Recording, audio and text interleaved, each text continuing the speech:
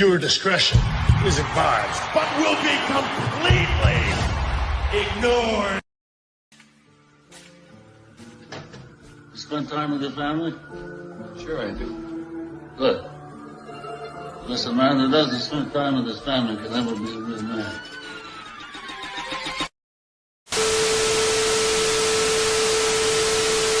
To the wild individuals, OTT only taking you to the wildest place. WWE, AEW, NJPW, we TNA in the ring when legends compete. It's not a gimmick, this is raw, pure fact. Dissecting every match like science on the map. We bring the heat from the mat to the screen. Last week in wrestling, we keep it mean. The OG Mobb riding high, that's the dream. After dark wrestling, every hear the fans scream. Step in the ring, welcome to the scene. Die hard fans, we discuss everything. We come to North with ropes, slam the truth in your face. OTT, are we taking you the wildest place? WWE, AEW, NJPW, Heat, TNA in the ring, where the legends compete. It's not a gimmick, this is raw, pure fact. Dissecting every match like science on the mat. We lay heat from the mat to the screen. Last week in wrestling, we keep it mean. POG, my body high, that's the dream. After dark wrestling, never hear the fans scream. Step in the ring, welcome to the scene. Die hard fans, we discuss everything. Sure, we here. Me, and the two biggest guys of the whole entire mob, Uncle Fats and E Deuce. This is AfterDark's the Mob Man Show. Thank you for the third edition of this goddamn thing. You know, we are here live on Sunday night. Happy early Christmas, early Kwanzaa, Hanukkah, everything under the damn sun. You already know what time it is. You know, thank you guys for actually just being here tonight and shit like that. You know what I'm saying? Greatly appreciate the whole each and every way y'all still here on this holiday season. Like, share, subscribe, leave a comment below, ring the bell. You know the drills. And, you know, get into some fun tonight, you know. It's, you know, saying nothing too snazzy, nothing too fancy. No Warren tonight, no Big Mike tonight, but you can still get us three shenanigans. But first, I gotta properly introduce to some people. Facts, motherfucker. Yeah. Facts, get it together. And I got it together. And one more for Edu. Crazy explanations. The superintendent's gonna need his medication. When he hears Skinner's lame exaggerations, there'll be trouble in town tonight. Seymour! The one and only. The two buffooneries. It's better. We're already starting our other fuckery show, but we gotta get down to some business real quick before we go into it. The link tree has finally been updated as of like last couple of weeks. So yeah, check out the link tree at linktree.ee/ Off the Top Roast Podcast to find all our joints there and shit like that. You already know what that sustains with. Shout out to the brand ambassadors as well. Get, show them some love. 10% off at w.gg for your energy powder or W Energy. Be better, get better. Dream about university. You know, the school season is still here upon us, and it's getting chilly out, folks. Get yourself some gear. 15% off Dream Alive. On DreamAlive.store, and then get yourself the jewelry, stuff like that. Surprise you or your loved ones, whatever, this Christmas season. 25% off at getsolease.com. Check out the Bonfire store, of course, at bonfire.com/store/Outside Roast Podcast for Last Week of Wrestling, AfterDarks, Los Angeles Wrestling Asylum, and more. Check us out then, too. You already know what it is. But, yeah, but we here though, man. It's Saturday, December 15th, 2024. We're super close to wrapping up this year. Yeah, we have been through a crazy, hectic fucking year this year. Podcasting wise, wrestling wise, politics wise. There's a lot of shit that's going on out here. As some people, they're slowly on the grind getting into like their seats and shit like that. I know most of you guys, you know. Courtney, happy holidays and prayers to your pops and everything. Make sure that you give them our love and our support. Word, son. Make sure that you do what y'all have to do. You know what I'm saying? Keep it a buck with everyone. You know what I mean? But we here. I guess I just go around the table real quick before we start. How y'all fellas doing? Oh, wait a minute. And a special shout out to Uncle Fats, Big Mike, and Warren for picking up the StreamYard tab this month. I know me and Deuce have kind of been hustling and juggling on the side, shit like that. But was it for these three right here, we would have been off tonight. You know what I'm saying? So I want to give a special thank you to you three guys, Big Mike, Warren, and Uncle Fats, especially you, for holding it down the StreamYard bill. That's what to keep us going for the next month. You know what I'm saying? So from the bottom of my heart, I really appreciate you guys, and you guys love my brothers, and I love you guys. You know what I'm saying? If it was for y'all, we wouldn't even be here tonight. You know what I'm saying? So, Captain. you know, big ups. You know, big ups to those three. You know what I'm saying? Without them, I don't think this whole part will be functioning the way that it is still. You know what I'm saying? Keep it a book with y'all niggas. So I give them the credit with due. Got to give them their flowers while they're here at this. You know, I mean, about certain things like this a lot, but it's not a lot of good people out here nowadays and shit. So I'm happy, blessed, and unfortunate to get some of these people around me and, you know, just, you know, hold me down just like I hold them down. Word. So without you guys, we wouldn't even be here tonight. So thank you, fellas. You know,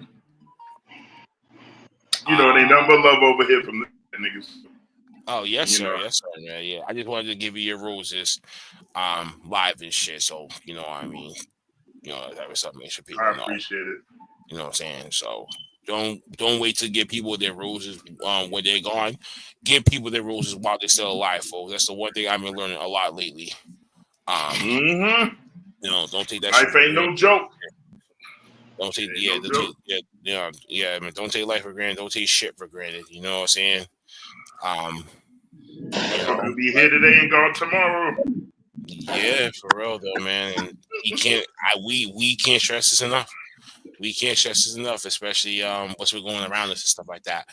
But yeah, kudos to you, gentlemen. But yeah, shit. I got some stuff for y'all today.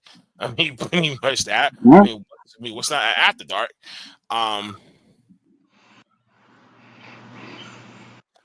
Sure, I know. Yeah, sure, I know. I know what you're talking about. Yep, I know. Yeah, Courtney. So yeah, so just give my love over to you too. You know what I mean? So you know, we gotta give you our flowers too. You know what I'm saying? So you too, Courtney. You know what I mean? You know the door is still active. The door is still active over here on our side of the fence. So you know. You need to bring your ass back home, girl. Stop playing around, but take your time, girl. Take your time. We're still one phone call away. We're still one text message away. We ain't that far. That's it. And that's not. Ain't too many people get a pass. You know what I'm saying? I'm just gonna say that. You know, you definitely earned your stripes, baby girl. And we miss you, but we need you to get things right first. You know what I'm saying? We also need one more person in our group to get right, man, because he's been MIA for a very long time. That's Mr. Maverick himself. You know, we definitely actually is two more. Yeah, we definitely miss him too. So definitely, you know, Maverick KB. That's stuff like that. So just, you know, come back, you know. Just so that, you know, things is different. And see your faces. You know, we need to see some flags waving. You know what I mean? Like, some people gotta do that, at least for us. You know what I'm saying? But 2025 is one of these 2024 is these strange ass years in professional wrestling. And what we're going to do react to first real quick is 25 worst wrestling moments of 2024 presented to you by Walt Cole. Big shout out to Lord. They've been some of the key content creators of, you know, professional wrestling since its establishment and stuff. I've been paying attention to them for the last few years too. So shout out to the UK, you know. I'm big ups to the UK because I still want to go to the UK at least at some point in life.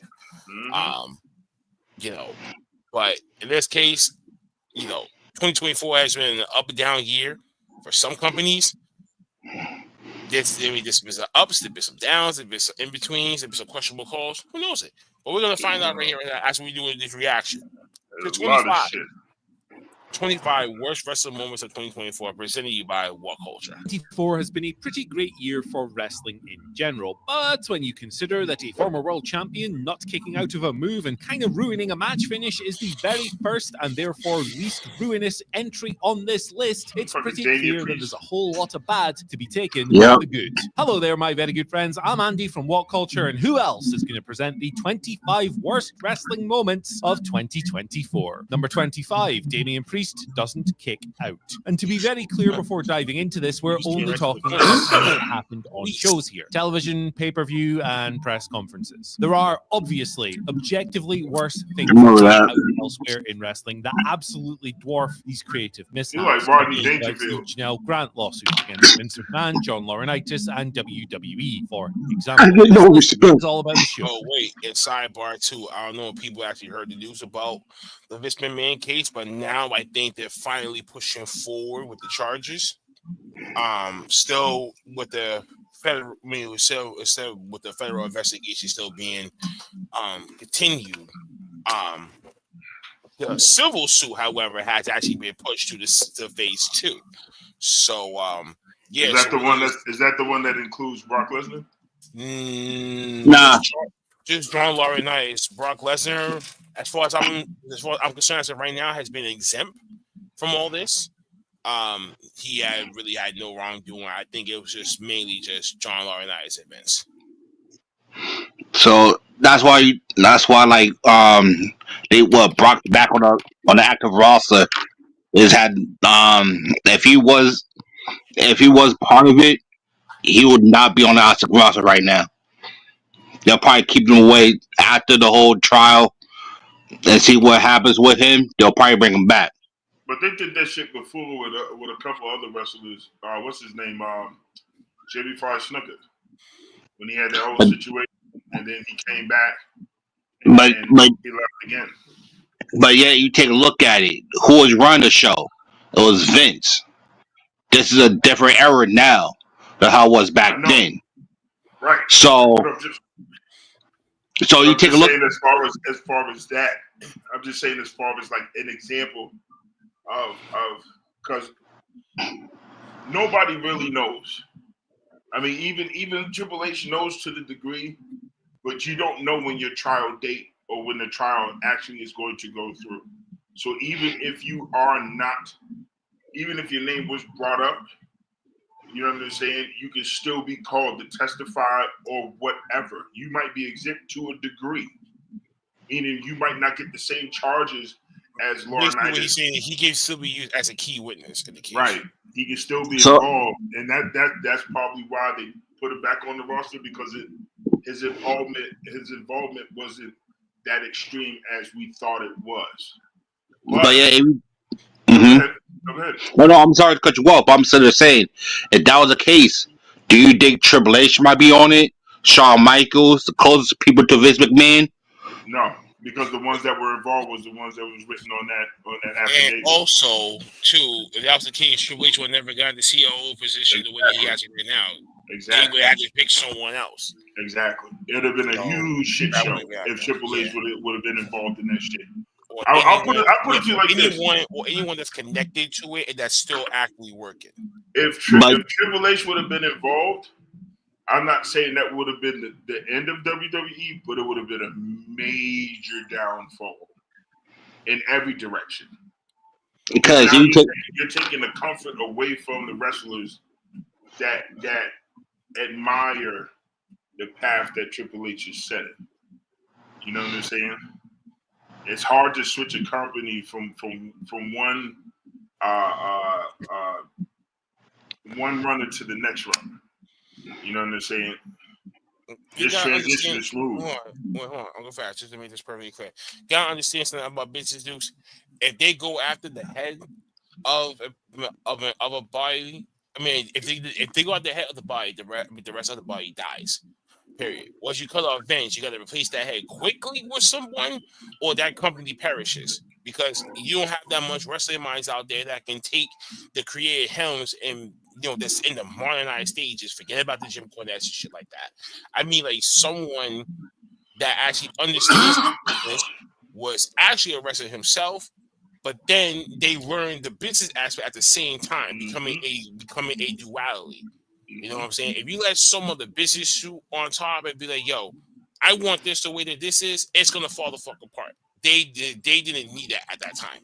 And plus, I think Triple H knew what was going on due to the fact that he's married to the boss's daughter and her concerns. And Vince knew that his time was coming up. That's why certain things that were pushed so quickly that we were not aware of, now that it's hitting the surface, it now makes sense. You know what I'm saying? Regardless of the documentary that was put out on Netflix, Vince knew that his time was coming to an end. He just didn't know that it was going to come like this. Have you ever watched The Party Just Died or Watch the Party Die by Kendrick Lamar? He said it in that whole goddamn song. The party that you once got used to is starting to die out. It's being changed to fuck over. You see all these creepazoids now getting locked up, now getting charged up, now getting their fucking shit being fucking rectified and fucking viewed by no fucking Lamar because all the laundry is coming out. If anyone had laundry longer than 20 fucking years, your ass is in trouble now. They try to see charges. We've seen that already in Diddy. We've seen that in Harvey Weinstein. We've seen that in Mike Epstein. We've seen that in Rodney Bulger. Yeah, we've seen it in hundreds of people. Hundreds of people. So no matter what, it was time for something like that to happen to Clean House. You know, I'll put it to you like this: the evil forces have been running amok for decades.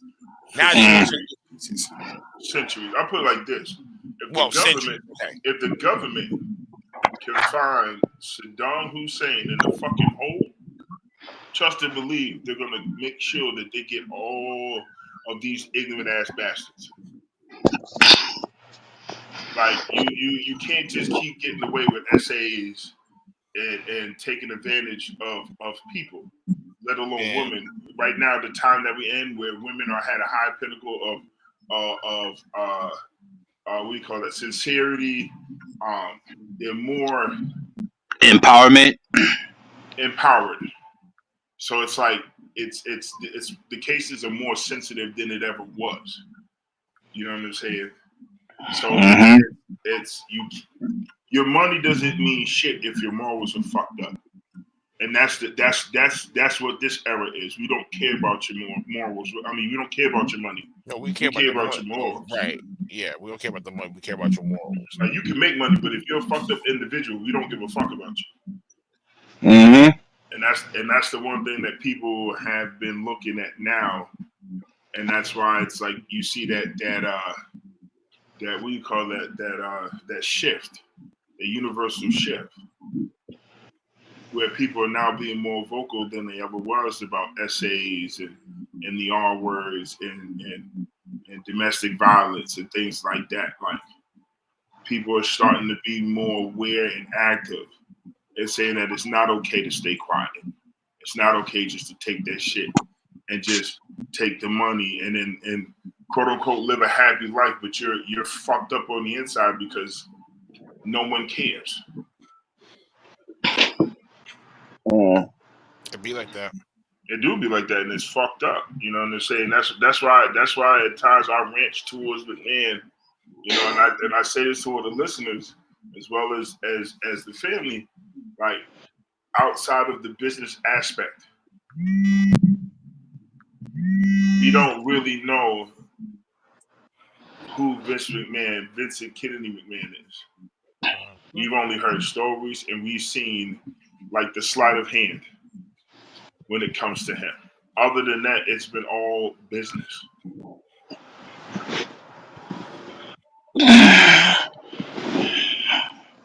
Yeah, I can't really say nothing about Vince. Everybody knows me and him have hatred since season 1. I think he listened to this podcast for some apparent reason. Could always be the one to be kicked out when I mention his name. Cause you keep talking about him. Shit. That's what the fuck happens. You run that. That's what happens. I need to say, let's get back to fucking reaction video because I know dudes gonna break some dumb shit down, always take shit to a whole nother fucking level, and that's where we at right now. Hey, I already take shit to So, no level. considering how important production has been to WWE historically and during the current period, we've seen more than a few notable awkward mess-ups in high-profile moments. Some, like the New Catch Republic's WrestleMania entrance being hijacked by a frozen graphic, are mere annoyances, but nothing that really breaks your immersion. You just laugh at them and move on, really. Others, like Damian Priest failing to kick out of a Seth Rollins move during a world title match at Money in the Bank, are a bit more distracting. Priest had a good run after winning the world title at WrestleMania, building a reputation as a wrestler who could excel beyond the Judgment Day, but this was an uncomfortable misfire that diluted the energy in the building. In Priest's own words, however, I'm okay, everything's fine, and the story continues. We all moved on from this, but it was pretty awkward on the night. Number 24, Callis family confusion. Another seriously distinct angle this may have been, but Don Callis kicking Will Ospreay from his family for the second time after Will had already amicably walked Miss away, Caitlin, irritating indictment of how thank you little for attention subscribing is this still stuff. being Make sure paid that to you many AEW do everything that it says Suspension of above. disbelief is as vital as ever in wrestling. The Good, last bro. thing any promotion wants to do is for a fan to sit forward in DiCaprio meme style, spotting something they shouldn't. This And this has been the problem with AEW's booking, no matter what people want to fucking say about this.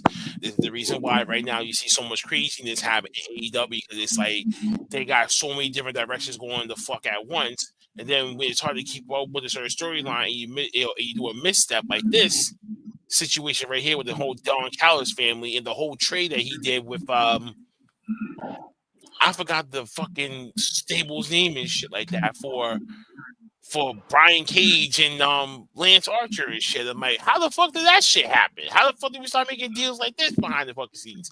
So Oh, it just you talking about the one the group that was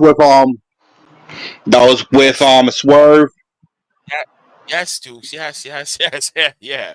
That's what I'm saying. Like, it just gets confusing when this stuff happens, and then when you're vivid watching, you watch it every week, and then you see like this weird shit happen. Like, why is this thing happening? This is the reason why Mike hates AEW. This is the reason why he hates it so bad. Not because just a Hankman Adam Page's fucking bullshit ass gimmick and shit. You know what I'm saying? I'm not gonna lie to you. Wait, hold on, Dukes. Do you know Caitlin? Yeah. No, you know who this one is. Yeah, this is her. Oh, what's good, homie? I don't know who Caitlin is, but no, we went to high school with each other. Yeah, Uncle Fat, you didn't go to high school with us and shit, so that's cool. Thank you for joining. Only me, him, and Maverick will know who this person is and stuff. Yeah. My only thing with this though is what I have to say about Don Callis is that I'm trying to figure out what his sole purpose is. And not only on top of that, who is actually a part of his fucking family? Because he's had everybody from Jericho to fucking... And you're seeing my point. Why AEW's booking and storyline decisions is so fucking confusing. I'll say it's this. Don Callis, we all know him as a former wrestler. What he is what he's trying to be is like a watered down Jim Cornette. A watered down Jim Cornette, you say? Don Callis hasn't said anything racial. No. Company kicked them out and shit like that, like Jim. He hasn't said anything very derogative about Ethiopian people like Jim Cornette did. But no, I'm not talking about what you do outside of wrestling. I'm talking about not outside of wrestling. The shit that he says is not on the par to what Jim Cornette does. It's two different levels, is what I'm just trying to explain of why I don't think Don Callis is a watered down version of Jim Cornette. He's something else. He's just not no Jim Cornette. He's far from it, bro. He's far from it. He's far from Jim Cornette. I see him more of a like a watered down, not watered down, but A I team, say a a team watered move. down Jimmy Hart. No, like a Jimmy Hart. You know, A small version of Jimmy Hart. yeah, like he when he talks, it's like what the fuck, dude. Like Oh, and I to gotta shout see. out to everyone, we Justin. are live also on Rumble as well. Go check us out there as well. Go follow us there. Shout out to the 22 followers that we got active on here. That's cool. What up, y'all? Was good. Yeah, man. So that's my thing with Don Callis, bro. I'm he got to do something, bro. Gotcha. Mosky Takeshita Freeway, which had already been arrived at by a controversial non-finish a few weeks earlier. Callis rebadged the family once again in the wake of Takeshita defeating Ospreay at WrestleDream. For better or worse, this may be the stable's last incarnation. After disposing of both Kenny Omega and Will Ospreay in constant pursuit of the next corruptible figure, Dirty Dawn might have a chance to pick up steam once again.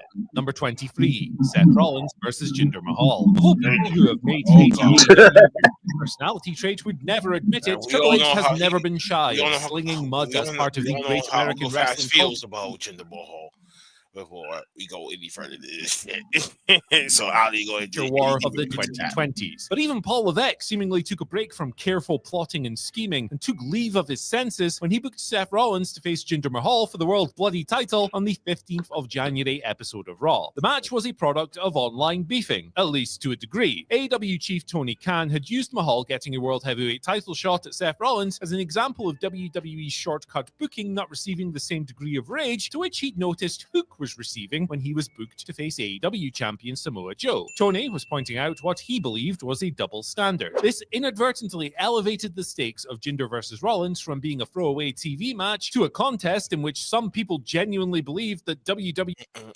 Look at that bell on them fats. Look at that bell on this man. Why does he look like Bobby Roode? Why does he look like Roode? Does he look like a million like bucks? Roode. He looks like Bobby Roode right there. Jinder Rude? No, don't do that, bro. Jinder Rude. I still don't give a fuck. He still sucks.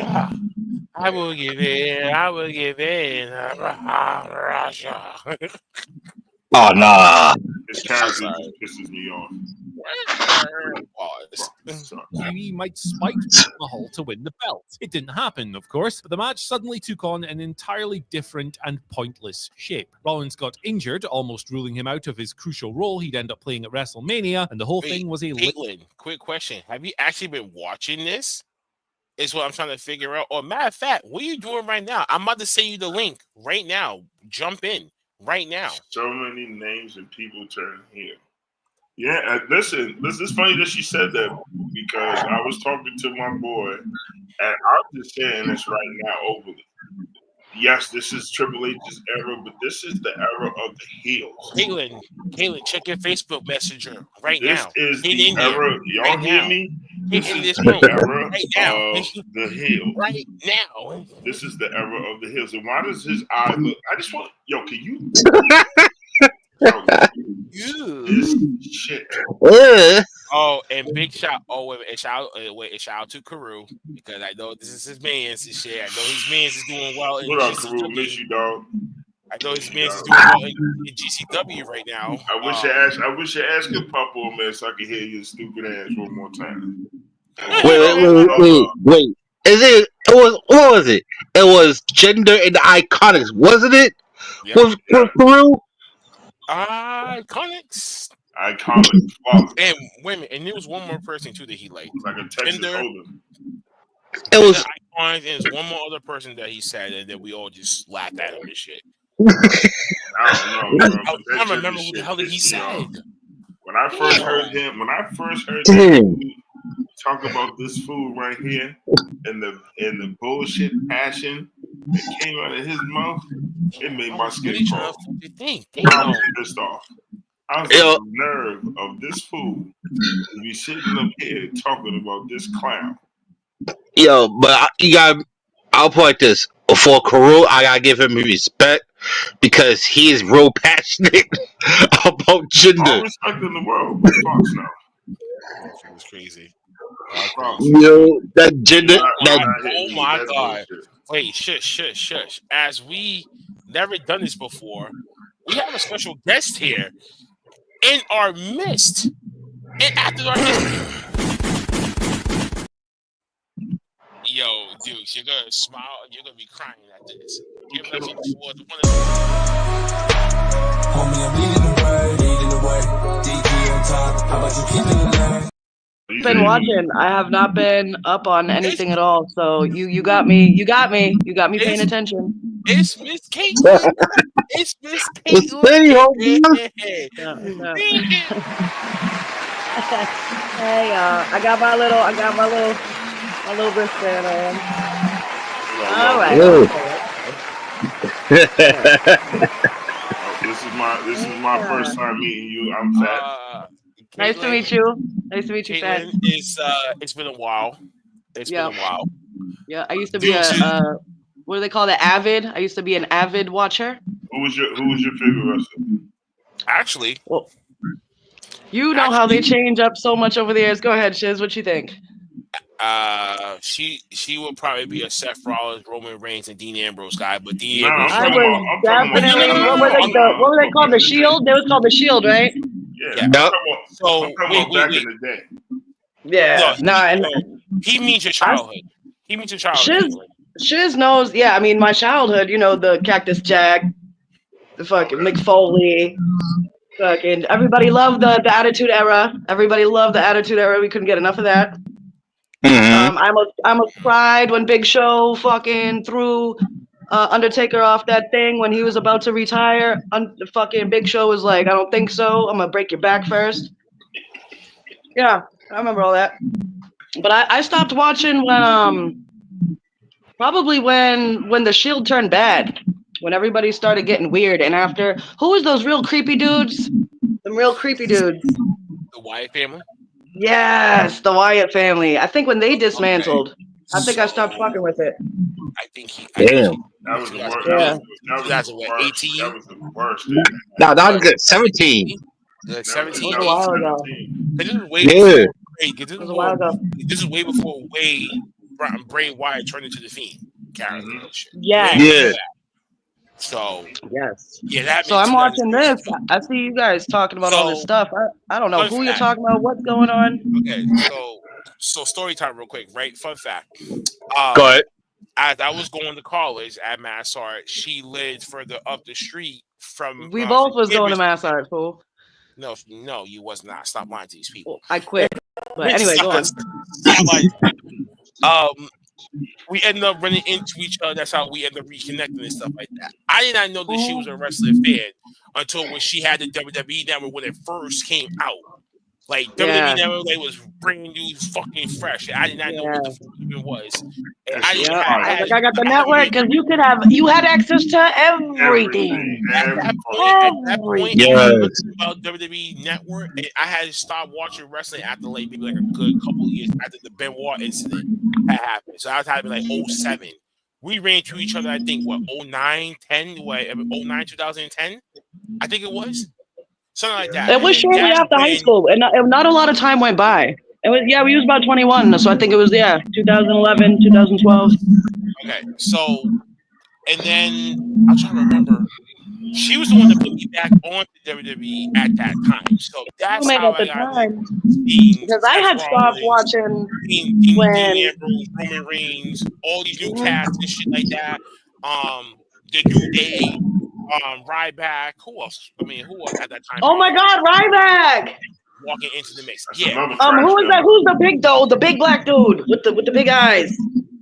And he used to wear the Jamaican dude. Well, I don't know if he was Jamaican, but he used to wear like the tight bodysuits. Kofi. Yes. Big E. Yes, Big E. That's what I'm talking about. Yeah, Big E, Kofi was slim. Big E was wide. So Big E apparently had broken his neck about a year and a half ago, and I think they're running him off like he's not going to be able to wrestle again. Yeah. Oh, you know what? Also, I didn't like. That's how long that you haven't been tuning into wrestling. A lot of shit's changed. There's a lot of shit happening. Yes. Yeah. Kobe So was I know, but I'm champion. gonna get back into it so the though. background story to all this was, if it wasn't for this woman down here, I wouldn't be getting back into wrestling by 2011, 2012. You're welcome. You're welcome.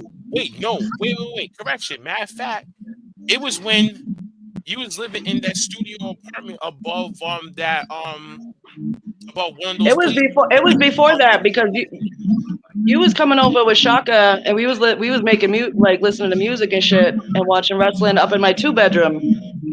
Oh yeah, you had Vicky over there. And that was because my boy Sean. Mhm. You know, when you grow up, with the WWE and the NCW or whatever, when you used to have to change the back and forth, when WWF turned into WWE, I had stopped watching it. When I moved out of my mother's house, probably 2010, I moved in with my boy Sean, and he was heavy into wrestling, so that put me back on. And then me and Shiz met, we linked up through the art programs, and started kicking it. And he was like, "Damn, I didn't know this shit was still popping like this." And it was a wrap after that. See, around that time, that's when that shit went from Attitude Era to the PG era. It was more on the sponsorships. It was catering more Oh, to kids. it had been shifted. Yeah, yep. Yeah, That's it had been shifted by the time when me and her came back in and shit. It had But been see, by that time, because you understand when after that shit happened, that's when that Make a Wish shit started kicking off. Yep, And and then it was CM more Punk, about CM Punk was still active in the bitch too before he took the one. Tri- That's when we got back. And then Cena was Triple H like and the top Stephanie was dog of every day. Triple H and Stephanie are still running the show. No, it's Well, Triple H now. well, technically, Triple H is running creative right now. Stephanie is still doing boardroom shit like that, but you know, Vince is completely Vince gone. is gone. Vince McMahon is completely gone. He's gone. What, like gone, like psychotic No, gone, like or he's gone, like about to go to jail. Nah, he's arrested. he's out the picture? He's not going to jail. Like he about to go to jail, gone. Oh. Yeah, there's a lot of shit you missed on. A lot of shit you missed on, and Oh. He on his Diddy I want to shit say, right now. I really want to say 8 years that you missed. 8 years Yeah, that you I'm missed just on this shit. have to slowly but surely just catch myself up, because I know, like, as I watch it, there's gonna be a lot of references to stuff that I don't know, but I And can this always is where, research it. This is where we come involved. Yeet. Yeet. I'll put it to you like Yeah. this. That's that motion shit. I'll put it to you like this. If you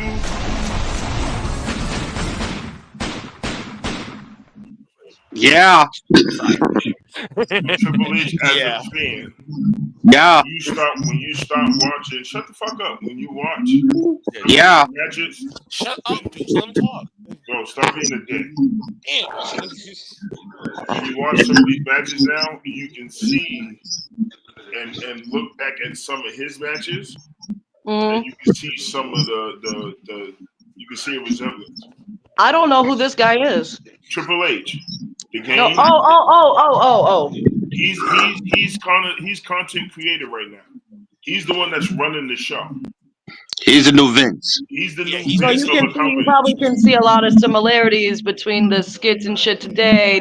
Now I see why you said go watch his old shit, and a lot of today's shit will make sense. You can see some of the storylines and some of the things that he had between So you can almost predict what's gonna happen type things. in some cases, if you know the characters now, because now it's more of a storyline, and your mic skills have to be top notch. Did you know that there is a formula for finding out who is gonna win the match? How's that? I don't know exactly what the fuck it is, but my ex used to have it. Shiz, you remember JB? Oh, he left the room. But my ex never was wrong. Never was wrong. It was something about if you came out first, and what type of there was a certain thing about if you came out first under certain circumstances. So, bro, she wanted to Like ask you A plus B equals C, only if A is, you know what I'm saying? right. Type shit. Somehow she had that. Equals C square. Some shit like that. Shit, you remember JB? Yeah. You remember JB, my ex? We used to watch the battle raps and shit and the wrestling with. He had a formula for figuring out who's gonna win the match, and it had something to do with who came out first and what type of under what circumstances they came out first, and what kind of shenanigans happened before the match started. He could always guess that shit. He was never wrong. I mean, you can't tell that. I mean, you like I said, if you are a fan, like how he Oh was, yeah. you can tell like Mhm. who is going to do what. That just Sometimes, goes to say how in tune you can be with might shit. not go as planned because there could be a little curveball. Hmm. But it's that's the beauty of the game. And now because you have a player's coach behind the scenes running the show, a lot of these endings and storylines we did not expect for it to be this grand.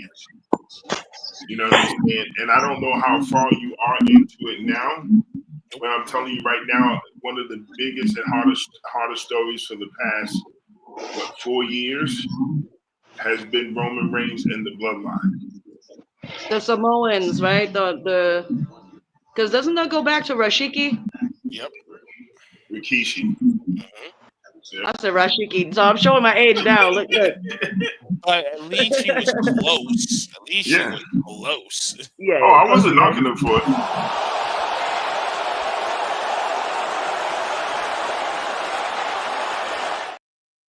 Food. What's the whole big deal about him in the blood? Why is that the biggest thing right now? Because of so his father and his father and uncle, right? The head shrinkers, His father and his uncle were former the wild mowers. They're the ones that appointed him the father.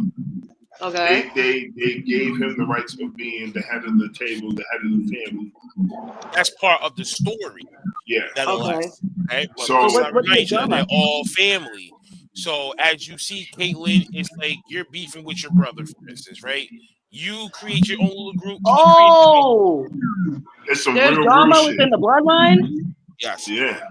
Oh shit! I just have to break it down in layman's terms for Caitlyn because you can't just give her the whole damn story and she's not gonna know all. You gotta break it down in layman's terms for her. No, but I'm You quick. and your brother was to say you and your brother was beefing. Now you recruited me. He recruited some other people, and we got all a big ass gang war. I'm a quicker So picker. you know who the Usos are? Yeah. Okay, so the Usos were the first two to team with Roman when he started the whole bloodline. They're supposed to be cousins. Jimmy kept getting hurt. Jay was the one that became the right hand man / main event. Jay. So he was really that dude that really kept Roman Reigns at the head of the table. Whenever Roman said jump, yeet, or whatever. Yeah. And it was like he did it to the point where he did it and he got punished as well. So he took beatings as well as he was getting beatings. Right. So his brother comes back, tries to help out, and then he becomes part of the bloodline. Because then Roman takes his anger out on him until they realize that either you get down or down for her. You're gonna break this whole thing down. For no, I'm not breaking it down. I'm not breaking it down. I'm gonna go back. I'm gonna go watch a little because I'm sure there's something. I'm sure there's a little compilation of the whole. There's a story on YouTube. There's a story Yeah, on YouTube you're for a giving me couple enough hours. You can background. watch it. Yep. But those are the three main characters. Oh shit! No shit, huh? Yeah, and this is what also brings The Rock back into the fold. That's what I've been wondering about because I've heard rumors about him like being involved, but I be slacking. I don't look into my stuff, so I've heard, but So is he coming back? He's involved. He was involved in WrestleMania this year. This year's WrestleMania, he was involved. That passed. That just passed. He's also owner of TKO Medias, which just partnered with WWE and UFC. They merged. Didn't they kind of do that a couple years ago? No, they just did it recently, as of like late last year, early this year. They were trying to do it, but it became official, finalized the beginning of this year. But it was already like agreed upon, like middle of last year. Right. All right. So you gotta understand the ideas of what you had. We all thought, but because of Vince McMahon had some shit that he was doing that really he thought he had control over and really didn't have control over. and that's why Triple H is in his place, and why he's Yeah. about to face some jail time. Damn. So he probably was an old rich man who got greedy. I'm assuming. Caitlin, no. Before we move forward, let me just say this in layman's terms. What the fuck did Vince do? I mean, we know he's a piece of shit. Wait. Okay, let me just put this in just layman's terms. Mike Epstein and Harvey Weinstein merged into one. That's it. That's all I gotta say about it. Shit, I've been out the schoolyard too fucking long, y'all. Disaster at worst. Number 22. Triple H's Royal Rumbles. Triple H has This managed is to prove many of the his worst critics wrong wrestling since things that taking over happened creative when this his year in father-in-law 2024. resigned in disgrace I'm in listening, let me shut this 2022. shit. But his record is far from spotless, and 2024 brought about two more And examples one of more the thing, Caitlin, situations that he CM Punk simply came back. So what? And one more thing, Caitlin, since the last time that you watched, CM Punk came back. Mm-hmm. Oh, CM Punk, you know I love him. Yeah, he came back. They was trying to do him dirty. All right, come on. Last year. He's been back for a whole year. Yep. Good. I felt so bad for him. That was my dude. He was like a spirit animal for a little bit. Perfect Royal Rumble, despite having more over wrestlers with the crowd than just tell you any this. other. If you was ever in this podcast with Shar and you would have said those words, you two would have been fighting the fuck out. Mm-hmm. Shit. Well, I would have been able to hold my own with Shar. Years ago, I would have been able to hold my own with Shar because I did watch Shar. Not today, but hey. That's funny. Their time in these WWE women history fighting it since out. Triple H himself was a main eventer 2.5 decades earlier. John Paul Moxley versus CM can't Punk. executively produce the January Classic in the same way he evidently can with several weeks of TV. The Rumbles lack spice and sparkle, save for the stuff he is good at, the money moments. This year, CM Punk and Cody Rhodes teased a classic Yep, and with Cody any Rhodes came back contest too. closing Caitlin, moments. since the last time that you watched. Yeah, completely crazy. Different. Totally Yeah, different. there's a lot of people He coming looked back. like his father. No, I'm just explaining to Caitlin since the last time that she watched was 2012. A lot of people had left, came back, went done And they're all the completely things. different characters. Cody Rhodes is bipolar. AEW, they're in New Japan. Whatever. Oh, and some have passed. All And some have spread it around passed. since the last time that you saw We lost a lot of wrestlers too as well that have passed on. That really was a shocker. and to the industry. and Legends too. Legends passed away Yeah. too. All right, that's another podcast. That's another podcast. Well, that's another story. That's a story time for another day. Well, you know what? I'll just know the two biggest ones that you probably would know on the back of your head. Bray Wyatt and Scott Hall. Razor Ramon passed away. I remember Razor Ramon when Bray Wyatt passed away. Yeah. Yes. Yeah. Damn. And Whatever happened to yes. Daniel Retired. Bryan, yeah, he's officially retired. So did he break his neck? He almost died. So No. So long story made short, before you keep yelling, he was gone for a little while. He came back to WWE for a couple of years and shit, wrapping it up. Then he leaves, goes over to AEW, wrestles for them for about like a year and some change, and then he just like retired. Like Good, because he got fucked up. He can't take a beating all like that. So yeah, a lot of things have changed. Yeah, In the same way that Gunther and Cody had 1 year prior. But the women's match, much like the division at large over the past couple of years, went woefully underserved. Jordan Grace and Jade Cargill were lone highlights. This was pretty telling for how much punch the rank and file from the division. And TNA is still kicking, and now they're under TKO group as well too. So WWE, I don't recognize none of these women. No. Oh, you're missing out, darling. You're That's missing why out. To you, like, You're no, missing who's out. this? You know, shit like, I haven't seen him before. TNA has been around and shit like that. They just merged with TKO group, so now they're in cahoots technically with WWE on the side. That type of thing. TNA. Shit. Well, I just didn't even know gotta. that. Yeah, they're I under just the gotta. TKO group now. So now we think how did Jordan Grace came up in that Royal Rumble last year? Stephanie McMahon has elevated the women's division. Yes. The path that she put these ladies on, Yeah, main to event. offer. Grace, in particular, looked like she Shows was wrestling at a completely different speed and pedigree to everyone else in the match. And in general, Triple H's Royal Rumbles just haven't hit those highs. Here's hoping this changes as we roll into 2025.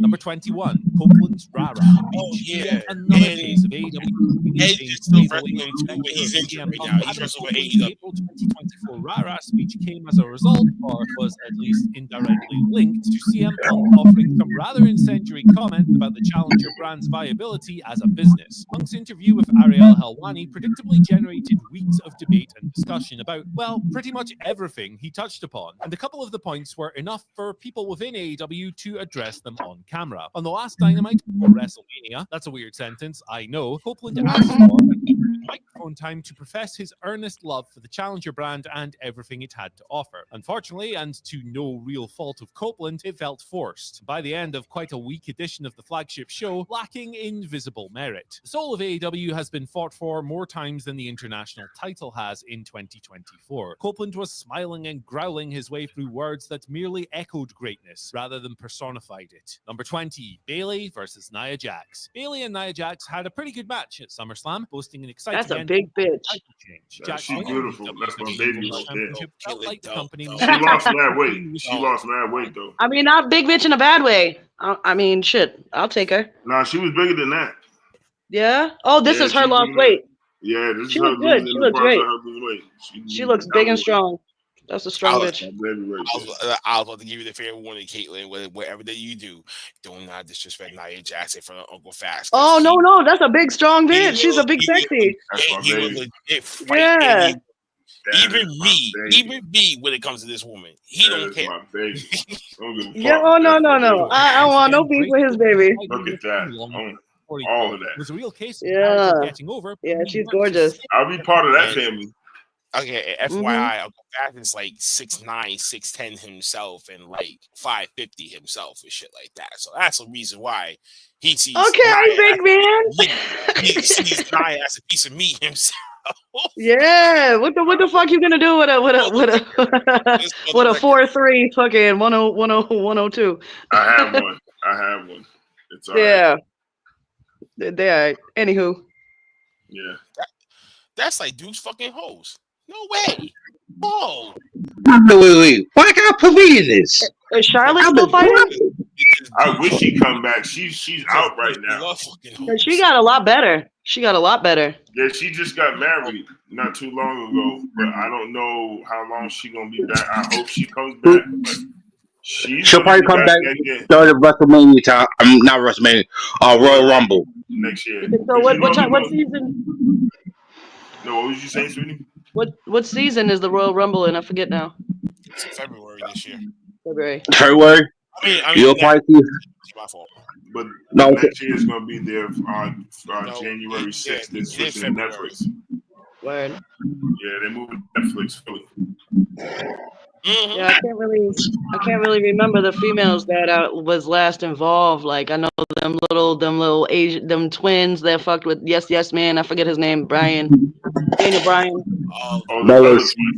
And there was a couple real sexy black girls at the time too, like Slim. Naomi and Naomi's still there. Cameron.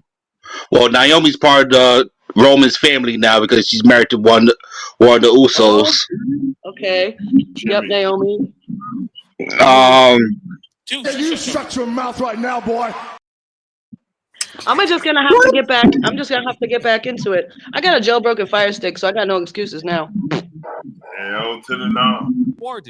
He also, Bayley and Nia, had what considered many to be Jax's best ever match at TakeOver London back in 2015. Nearly a decade on, and with all the right experience in all the right ways about how to maximize their minutes, there wasn't much concern about how Bayley and Nia would do at Bad Blood. But the confidence was misplaced. Realistically, Nia's worst match since her surprisingly successful return and one of Bayley's lamest pay-per-view efforts ever, the two had clear chemistry issues throughout and were a little too ambitious with some particular particular spots, most notably Naya Hurricane Ranaing out of a Bailey powerbomb, which looked very clunky indeed. It wasn't great stuff from two proven pros at this stage. Sometimes the attempt is worth applauding, but as one of several stumbles in that clash, that spot set and secured the tone as a very negative one. Speaking of negative tones, here's Chris Jericho, number 19. Oh my God!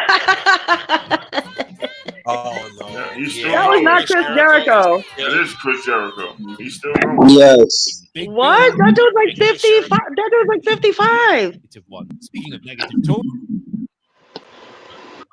Dude, Chicago. Dude.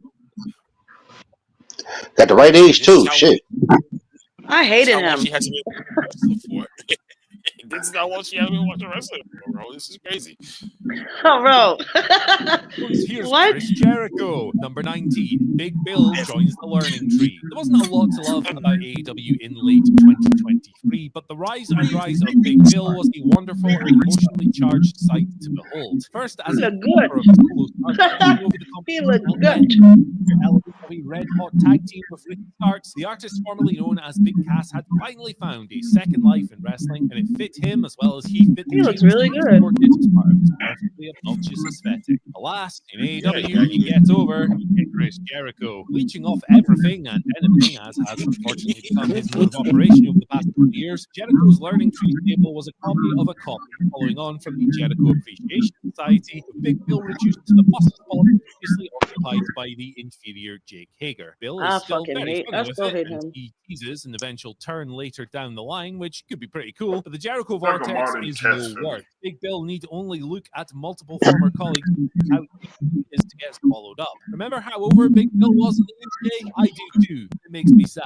Number 18, Bailey's WrestleMania entrance. Yes. Turning babyface and being a Bailey. Bailey was I thought it was much of it revolved around returning to some of the more Yes, Bailey. Goofy ass, goofy bitch. ponies, wacky wailing, whoever the hell they are, were on the wish list. As a wonderful old team turn it up. Alas, none were promised or promoted, but any one of them would have simply been a nice treat on WWE's grandest stage. Instead, Somebody got a little back noise coming through. Complete with a new theme that starts about 7 times and might as well be the worst Death Rebel creation ever. Think of the every week back we was covers. telling this It all felt a little never unfinished listened. and foreshadowed the booking of a title reign that also I'm flattered talking to you. to see. Bailey had a great match at WrestleMania and remains an all-timer as a utility player in a division that needs a few people in that role. But like all the bells and whistles from the golden era, it may be best to assume that the 2014/15 reactions are never coming back. Number 17, Adam Cole forgets the heat. It was always going to take a very skilled bit of penmanship for the Adam Cole versus MJF revival to work when it was rebooted in October. Reviving the feud was a natural creative choice in some ways, given the lengthy Devil storyline of 2023, Cole's betrayal of MJF, and MJF's return dressed as Triple H to kick a still injured Cole's ass at Double or Nothing 2024. But the alignments have complicated matters. MJF turned heel not long after returning, which is a more natural role for him, but was the objective sympathetic party when the feud was originally running. He was the one who was betrayed, lest we forget. Meanwhile, Cole would have to return as a babyface as a consequence of this. To an extent, that's okay, because wrestlers naturally get a degree of sympathy from long-term injuries. But at the same time, it would require a great deal of explanation. Cole, in particular, would have to unpack why somebody in the crowd should get behind him. Because the last time we saw the guy, he was a trash bag in the way he was treating MJF. But you can't be a trash bag to a heel, so it's pretty difficult. And unfortunately, upon cutting his Dynamite return promo on the 16th of October, Cole couldn't stick the landing. Rather than weaving a complex narrative of emotions and circumstances and acknowledging the feud's grey areas, Cole leaned heavily on insults and going after MJF's hair implants amongst other jabs. In isolation, it was a good promo with some good insults, but not what the feud needed, leaving it with yet another gaping logic gap. Number 6, Christopher Daniels, authority figure. Of all the lost principles separating the original AEW from 2024's version, the inclusion of authority figures beyond the virtually invisible Tony Khan was simultaneously the most disappointing and the most baffling. In 2023, Khan definitely became guilty of using his quote-unquote special announcements to preserve his status as the key decision maker. But when his organization was kayfabe taken over by the elite, he effectively effectively deployed longtime Young Bucks The rival Bucks Christopher better Daniels young. as an interim EVP, effectively the assistant to the regional manager, the Dwight Schrute of AEW. Daniels made some decisions of his own, a handful of them, but he didn't exactly have to wrestle control from the Jacksons, Kazuchika Okada, or Jack Who the fuck Perry. are the And even when he Jacksons? was standing up for the Elite, it was What only the because he'd fuck? been given the jurisdiction to do so by Khan. Furthermore, Dynamite didn't change all that much, despite the power grab, and the Elite pretty much left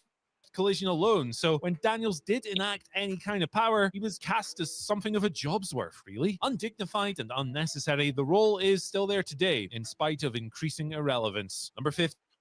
Silence for Solo. When accepting Cody Rhodes' challenge for a steel cage rematch for the WWE Championship, Solo Sikoa uttered the following lines. You want me next week? Guess what? You're on. It's the kind of line that is typically used to cue up a massive response from the crowd. In theory, the audience should be absolutely rabid at the prospect of two big names getting it on in a big-time match. The announcement is scientifically engineered to draw a big pop.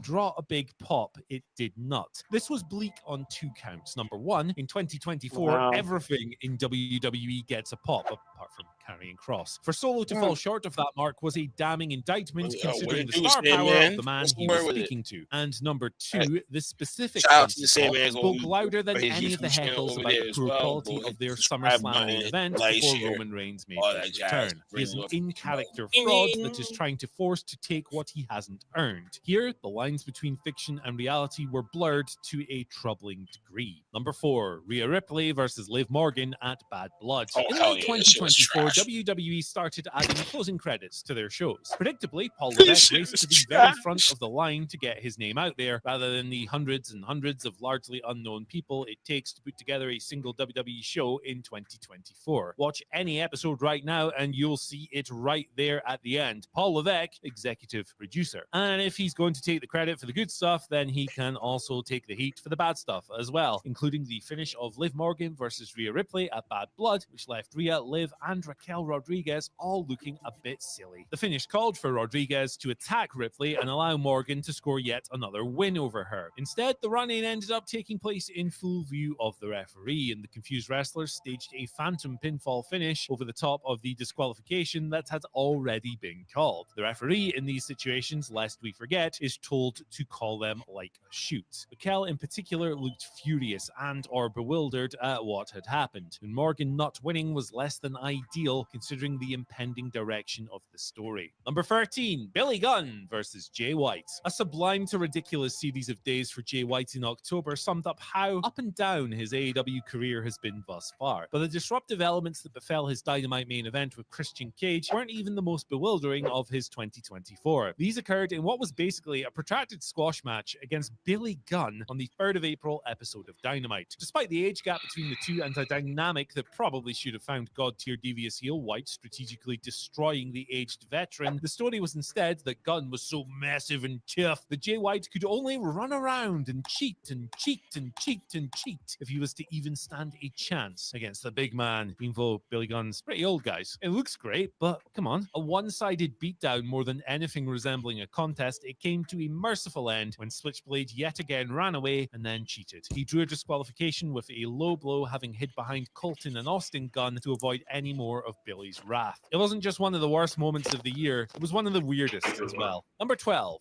CM Punk gets injured. CM Punk is still such a polarizing figure that when he was injured in the Royal Rumble, some people saw that as some kind of grim karmic retribution. The ink on his contract was still as wet as some of the tears on those same fans' pillows when he proceeded to play his part in one of WWE's best feuds of the year with Drew McIntyre, despite being injured for half of it. But the Rumble tricep tear was an emotion and literal body blow all the same. Bouncing back from injuries that, amongst other things, blighted the tail end of his AEW run, Punk and his devoted followers wanted a WWE run that could take him from the iconic Survivor Series comeback all the way to the WrestleMania main event, the one that he so desperately craved last time around. And after that, it just wasn't meant to be. Drew McIntyre probably didn't pray for that, but he most certainly would have been more than happy with the rest of the outcomes from a hugely prosperous 2024. Number 11, MXM gets fooled by Billy Gunn. Oh goody, it's time to talk about Billy Gunn again, but this He's was too a bad old. segment that made idiots of everyone involved, and fools of the fans that dared to invest. The reveal that MXM Collection's model friend Hans was actually Billy Gunn was a lowlight on a bit of a low night, as Grand Slam Collision really went through the motions. Gunn hoodwinked them in an angle that was designed to add heat to the model's ongoing feud with the Acclaimed, but a comedic segment that completely forgot to be funny also failed to generate any further tensions between the teams. To call it lightweight material would be unfair because it wasn't even really material. A distinct lack of punchline beyond making idiots out of characters that are already kind of idiots, this played out to punters that were either bored or tired and gave them nothing to turn the mood around. The loudest and most dedicated fans from Dynamite had already decided to stay for 2 more hours of TV instead of making for the exits like a bunch of people surely did. They deserved better than this, and gosh, I never want to see this again. Number 10, the opposite of a money segment. Chris Jericho and Orange Cassidy's feud in 2020 was a bit of lightweight comedy during AEW's best of times. By Jericho making a literal big splash into a vat of orange juice for the big climactic moment in Mimosa Mayhem, That is company stupid. certainly couldn't be accused of scrimping That's on dumb. props. That's why, 3 years later and outside of pandemic-related AEW. restrictions, there was simply no excuse for how lame Cassidy and Jericho's coins and car stunt was. Dating back to the original story, Jericho was looking for $7,000 in damages to his white jacket. Bitching for When Cassidy $7,000. paid up, he did so in the forms of coins dropped onto a car, which, for that week only, we were told was supposed to mean something to the Learning Tree leader, even though it was the first time we'd seen or heard of it. Even well executed, this segment would have felt fake. But well executed, this was not. It turned out that the amount didn't really make enough noise nor damage, nor was the visual remotely impressive or long-lasting. Like the coins themselves, the whole angle fell disappointingly flat. Number 9, Mercedes Moné versus Britt Baker. The bigger the stage, the harder they fall, and there's no better example than a WrestleMania clanger that I will talk about a bit later on. But AEW's version of a big stage dud came in the form of Mercedes versus Britt Baker at All In London. The Wembley crowd were deep into a card that had been booked, promoted, and executed substantially better than the show they were given 1 year before, with the only thing missing by the time they hit the ring being a bit of a stinker. Regrettably, the TBS champion and her challenger produced just that. The matchmaking was theoretically strong in positioning the biggest star AEW's women's division had ever produced, taking on the biggest one it had ever signed. She kind of looks like Stephanie. It never really materialized in the match. No story did, in fact. This was a perplexing exchange of moves filling a long 17 minutes, but a lack of chemistry and heat resulted in almost none of those moves generating any kind of reaction. Both women needed a banger, and it simply didn't happen. Number 8, and oh boy, here we go. Tony Khan gets physical. Tony Khan has ultimately made almost every mistake a wrestler can. He walked back or broken every realistic promise made at AEW's launch and compromised enough original company values that the AEW of today could never really be what it strove to be on its first day. This isn't to knock Tony specifically, more to highlight the cold realities of capitalism, pro wrestling, and how the two ultimately always coexist at the expense of the art form. And never was all of the above more evident than when TK took a beating too funny to scan as a transgression, and too out of nowhere to generate any real heat beyond the sheer shock of it all. In a moment marking the return of Jack Perry and reintroduction of the Elite as dominating heel authority figures, Khan was punched in the stomach and Meltzer drivered at Bailey's place as the devotees looked on. As a non-wrestler, Khan's selling was comedic, completely undercutting the edge the moment needed and slapping a visual signifier on top of a wider business and creative decline. And we'll talk more about the Elite in a little while. Number 7, AEW airs the footage. At some point in 2024, it felt like the passage of time had finally worked its magic, and everybody had found a way to move on from the acrimonious 2023 exit of CM Punk from AEW. So Both handsome. guilty of fanning the flames in the interest of drumming up business or tribalist support, and all the key players being known for having particularly parasocial fans didn't exactly hurt either. It was destined to be a massive story until it wasn't. But as more details crept out, the moves both sides made got more and more pronounced. So much so that CM Punk was happy to tell his version of the events almost in full during an April interview with Ariel Helwani. Those within AEW saw matters differently, had the footage to prove it. and Yo, elected I have a to question real quick. on air less than 2 weeks There was a dude that used to be a commentator. There was two dudes. There was Mr. Cole, Michael Cole and then that other douchebag, the fucking Miz. Yeah, he's I still haven't wrestling. seen him. I haven't seen him in none of this, so he's gone. No, he's still wrestling. He's still active too. Okay, go on. He's still active too. As a ratings ploy, it was a short-term success, and the move was revealed to be part of the reintroduction of Jack Perry as a new member of the Elite, following his scapegoating for the incident. But it also made AEW look like it was either sinking to new lows in the turf war or finding new ones themselves, depending on your outlook. At the time of recording, the optics war is being won by CM Punk, following a host of strong angles and matches since his WWE return, and given AEW's overall business decline as well. But this particular battle just made losers out of everyone. Number 6, the Elite saga fizzles out. The Elite's AEW power grab was at least initially successful in reintroducing Jack Perry after his spat with CM Punk, and also new signing Kazuchika Okada, going back to his Rainmaker roots as a spoiled, bratty, rich heel. But if AEW was to convincingly tell the story of the Elite wresting power from Tony Khan and regaining control... Miz is a future Hall of Famer? You said Miz the Hall of Famer? Future Hall of Famer, he said. That's what it says. Yeah, he'll be one. He'll definitely be one. Deuce is gonna stay here too, just like me. I hope they don't just start throwing everybody the fuck in there, because it's gonna diminish like other people's Hall of Fame title. Like, there's people getting important shit these days that they don't compare to the other people in that category. Right.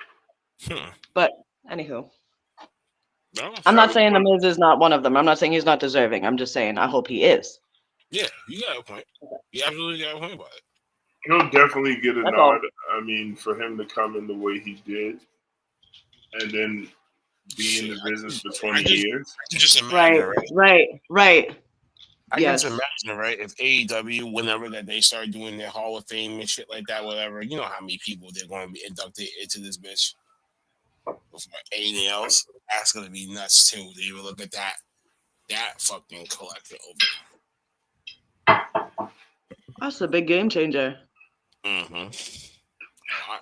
Of the promotion as villains, the Elites would have to, demonstrate a little bit of that power and control. Regrettably, the angle lost all heat and momentum within a few months, when it was clear the AEW creative was reticent to go all in on the Elite takeover. While this was a relief to some people, heel authority figure stories are beyond played out in 2024, it is nonetheless something that AEW started with grand ideas and then failed to execute. In October, Wade Keller of Pro Wrestling Torch reported that ultimately the story fizzled out because Tony Khan didn't want viewers thinking that he wasn't responsible for everything that happens on the shows, even in storyline. It then ran out of steam when everyone lost interest, because without power, there's no way to do the angle. Oh well. Number 5, Carlito wants to learn Chinese. On the 21st of October episode of WWE Raw, Adam Pearce was in a backstage segment with Damage Control getting shouted at by Io Sky and Sting. In walked Judgment Day member Carlito, who, as stupid though, this shit is funny. I gotta learn Chinese. The problem with it is that Io Sky and Kairi Sane are not Chinese. They are Japanese, and getting confused between the two is the act of a complete ignoramus. Fightful reported that the staff member had claimed that the line wasn't scripted. If that's accurate and Carlito came up with it, then he is at best absent-minded for not considering the racial connotations. And if it was planned, or at least one other person in the company knew it was coming, they should have pushed the nope button straight away. Whatever the case, WWE clearly weren't happy with it because they ended up deleting it from all digital uploads. The defense that Carlito said the line to look stupid doesn't really cut it for me either. Yeah, he did look stupid, and maybe that was the intention, but when you put something out there that could so clearly be interpreted as racism, you simply shouldn't do it. It's pretty straightforward, actually. Number 4, Jey Uso versus Jimmy Uso. There were signs as far back as the Royal Rumble that the battle between the brothers was going to be more Matt versus Jeff and Bret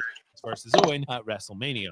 Market leader persisted with the WrestleMania 40 match in spite of the indifference. The contest ended up the and wrong. Jey versus Jimmy was a box to contest at best and a profoundly boring failure at work. Cycling through super Hispanic, self-reflective melodrama alike, it offered everything that many fans loathe about modern wrestling, while failing to entertainingly execute the stuff they still enjoy. A whole stadium of people sitting silent throughout all of this made for a strangely spooky vibe. This wasn't a traditional stadium match falling flat, but something a lot more disappointing. It was part of the hottest storyline in the company during the hottest time in over 2 decades. Over a weekend, the company itself had positioned as a celebration of change and progression, and it was playing out to bored indifference, brutally defining the decline experienced during the absolute worst of the monopoly success. Yeah, dude, you was Number right about 3, this. The Rock almost steals Cody's spot. Although everything ultimately worked out in the end, a political turf war between Triple H and The Rock almost made a casualty of Cody Rhodes as WWE's top draw. A version of the full story can still be viewed on the company's own in-house documentary, Dramatic Cody Rhodes at WrestleMania. Dwayne Johnson may have been a little liberal with the whole truth when it wasn't making him out to be a generational creative genius. There had clearly been one plan in WWE's, Triple H's, and Cody's head when it came to WrestleMania. Oh, just to piggyback off the comment real quick. And also, if he actually didn't knew that they were Japanese instead of Chinese, like himself, like just based on initial thinking, I think it's like a double-edged sword. Saying, man, it's like, damn, he may fuck up, but then again, it could open a new avenue for his character and shit. And eventually he splits away from Judgment Day and shit like that. He goes on his own, probably be a tweener or maybe a face. It can play the different things depending on how they decide to turn this chicken shit into chicken salad type of thing.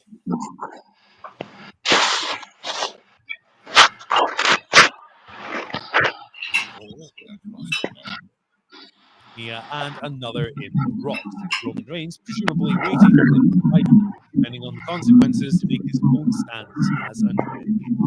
All intertwined in WrestleMania in the end, but few that lived through this situation will ever forget this fateful SmackDown route that was anything but scenic. Rhodes ended up finishing the story. No point was career-killing heartbreak supposed to make up one of the final chapters. Thankfully, we all pivoted away from that nonsense, so fast forward to The Rock beating him at WrestleMania. Somebody's sound is interfering real good.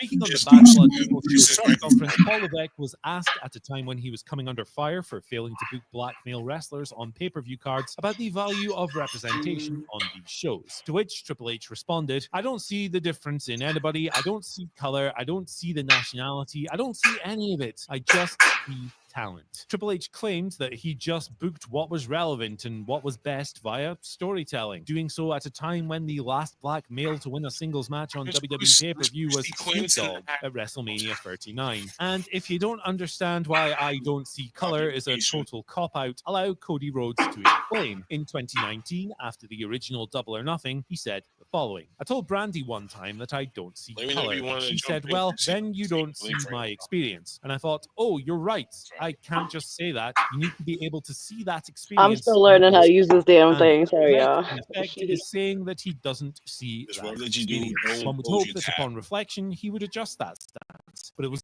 nonetheless disappointing to hear this phrase come out of his mouth at a time of such relevant criticism. And at number 1, it couldn't be anything else: mocking Janelle Grant. I mentioned the Janelle Grant lawsuit versus Vince McMahon, John Laurinaitis, and WWE at the start of this video, along with a disclaimer stating that the entries would focus on things that happened on shows. The lawsuit itself is obviously far greater than any misfiring segment or dodgy match, but on the June 24th episode of Raw, an account from that lawsuit became the subject of mockery on television. The illusion came when, on Raw, Dominic Mysterio received a text message from Liv Morgan to further the ongoing storyline of Liv trying to lure Dom away from Rhea Ripley romantically. The clear and obvious implication was that Liv had sent Dom some lewd photographs. Dominic then proceeded to show this to the entire Judgment Day, who seemed pretty excited by what they'd seen. Sound familiar? Well, it should. Here's a passage directly from the lawsuit, starting at line 147. McMahon openly shared explicit photographs and salacious stories about Ms. Grant with WWE crew at TV tapings, a group McMahon also referred to as her fan club. Indeed,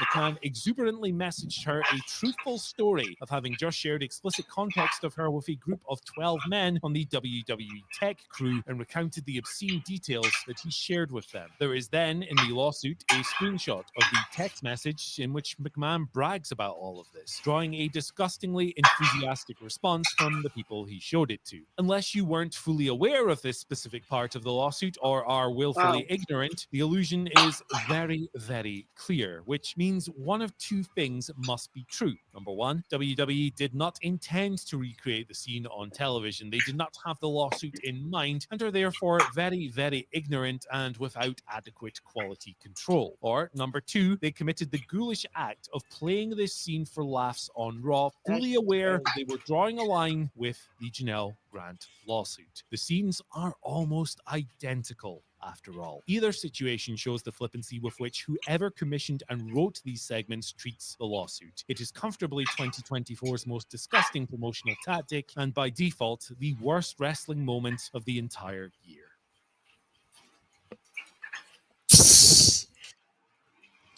Dang. That's a lot of. What do you guys think? That's a lot of stuff. And the year's still not over yet. Yes. And we have, what do we have? We have 15 days, and you guys know so well that things can change so quickly that you have 15 days left of the year, and you're gonna say the year's not over yet. I see two more projects Right? from AEW. There's still 2 weeks left. Anything can still happen immediately. Anything, like New York Minute. Anything, right? Two weeks left. Anything can happen. It's gonna be crazy. Dude, what are you expecting for the new year? Chaos. Fucking shit's gonna go high. Fucking people's gonna start acting more crazier than what it did for the past few fucking years. So we're not gonna have a calm down era. We're just gonna one up the past craziness. Or just try to mirror our shit with a bunch of different trends and shit just to get past the year quickly. I think of anything else, but who knows? But folks, before we get into our next little fun little topic and stuff like that, I got I can't go out. Oh no, I'm just like, I know it's out time like soon. Well, for you, Grandma. Kick me out. I know there's other people want to be here too. No, there's enough people that will fly in here and shit like that. Now you good.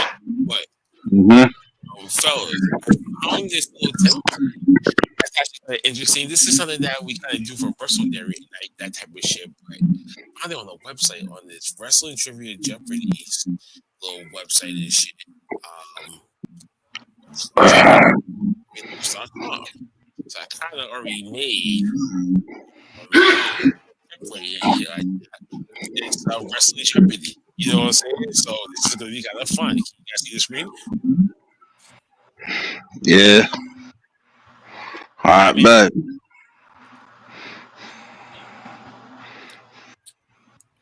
Fat Man. What was the question? It wasn't no question. I'm just explaining what's going to happen.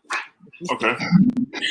I was actually breaking it down for you guys and bring it down that I hope Caitlin's actually here watching this.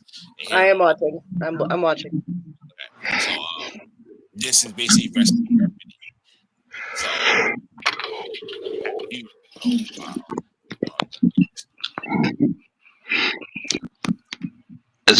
is there like the second round to this, or there's only one round?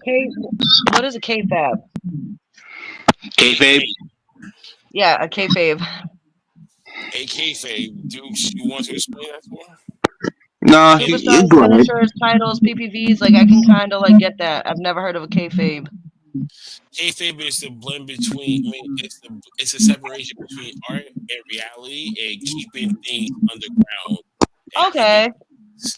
You know, distant. Like don't let people know if you're a heel, you don't travel with faces, you travel with heels. You travel with faces, you travel with faces. You gotta keep up with your character in and out.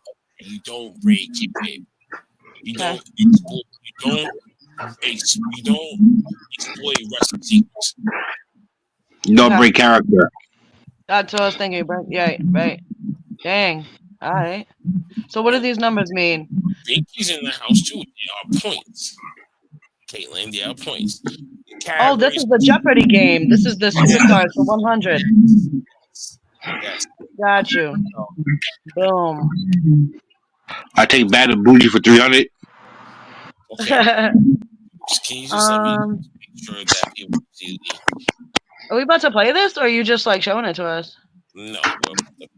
Oh, we're about to play? Ooh, I'm so excited! But I'm not gonna be good at picking my own thing. Like, I don't really know. I really want it to be like a Now, calm down, folks. trivia. Don't freak out. This is just for fun. It's just and giggles. Relax. Okay, Jesus. look at me, anxious. I'm panicked. Yo, I'm gonna go get a cigarette. First, okay? wait. 2 questions, right? 1, are you the new Alice Trebek? And 2, is there a second round to this? And oh yeah, third one, can we study? Cause I didn't all past test real good. Number one, that was 3 questions. Number 2, I know. the answer is no. Number 3, what you see is what you get, and that's it. Shit, I can't even go to Google because I'm gonna lose y'all again. So the categories, ladies and gentlemen, are superstars, finishers, titles, pay-per-views, kayfabe. I will determine who goes first. Eeny, meeny, miny.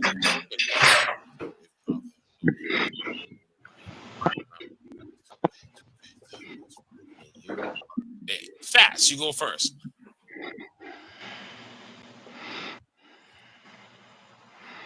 Fat man. Let's do finishes for 300. You want to do finishes for 300? Yeah. Finishes for 300. What finishes are common to Big Show and Hurricane? Chokeslam. Okay, Deuce, this is not your goddamn question. Well, technically, I forgot it's Jeopardy. Yeah, it is Jeopardy. Oh, so we all answer? Well, technically, Deuce. I forget how Jeopardy goes. Okay. I kind of need one of y'all to kind of make like a sound or something like that or whatever. Yeah, see? Yeah. You want I don't know. That's just crazy. Dukes. Dukes. Yeah.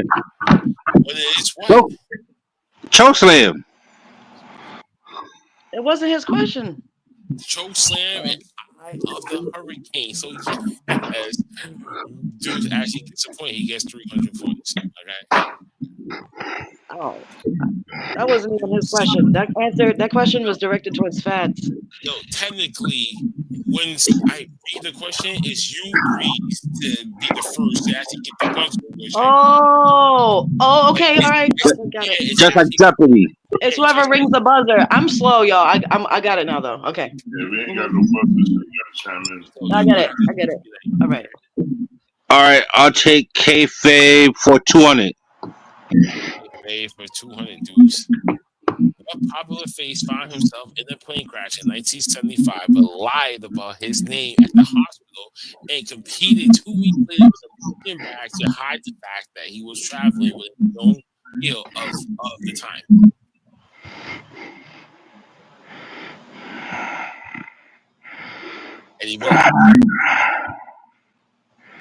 Anybody? This is his question. This is y'all. It's the Woo guy. The Woo guy. Say his name. Come on, Caitlin. Ric Flair. Caitlin, but say Ric Flair. Okay. No. Tim Woods. So no one's point because we didn't even know who Tim Woods is. I don't know who Tim Woods is, but that sounds like some Ric Flair shit. Well, no one answered that question. Dude, you pick another one. All right, superstars for 400. Superstars for 400. Who is the only man to hold triple crowns in both WWE and ECW? Down. Who's that? Rob Van Dam. Down. RVD was only in ECW for a number of years. He couldn't have got 3 triple crowns. He actually got that. Oh, I was so amped when he came back. That shit was lit. Y'all remember when he came back? Sorry, go on. That shit was lit. Deuce, go again. Titles for 300. How many titles and what titles have been absorbed into the Intercontinental Championship before it was deactivated in 2003? How many titles? How many titles and what titles absorbed it?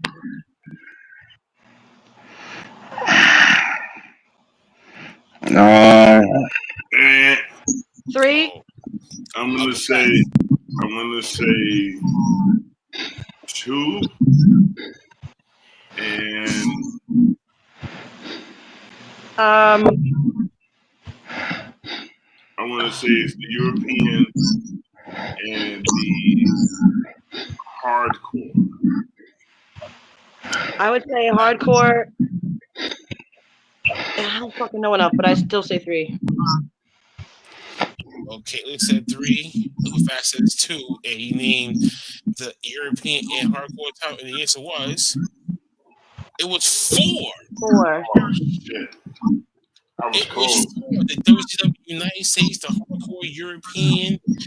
And why did they do all that? Because of Brock Lesnar? Because he was killing everybody?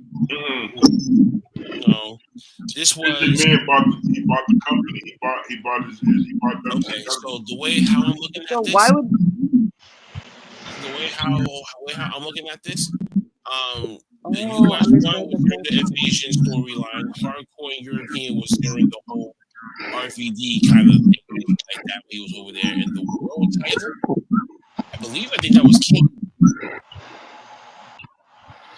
He was going after Triple H, and he lost. That's when he had the world heavyweight was the NWO title. They just kept as the world title for WCW. But no one got that.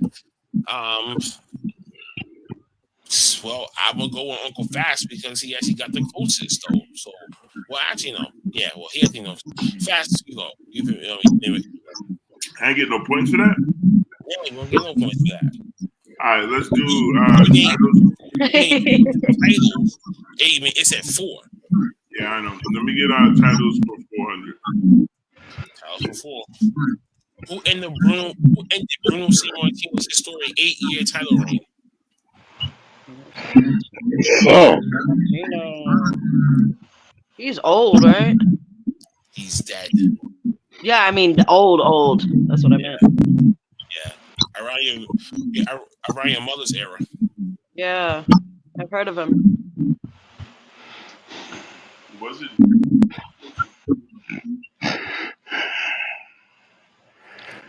Superfly. Come on, fat man.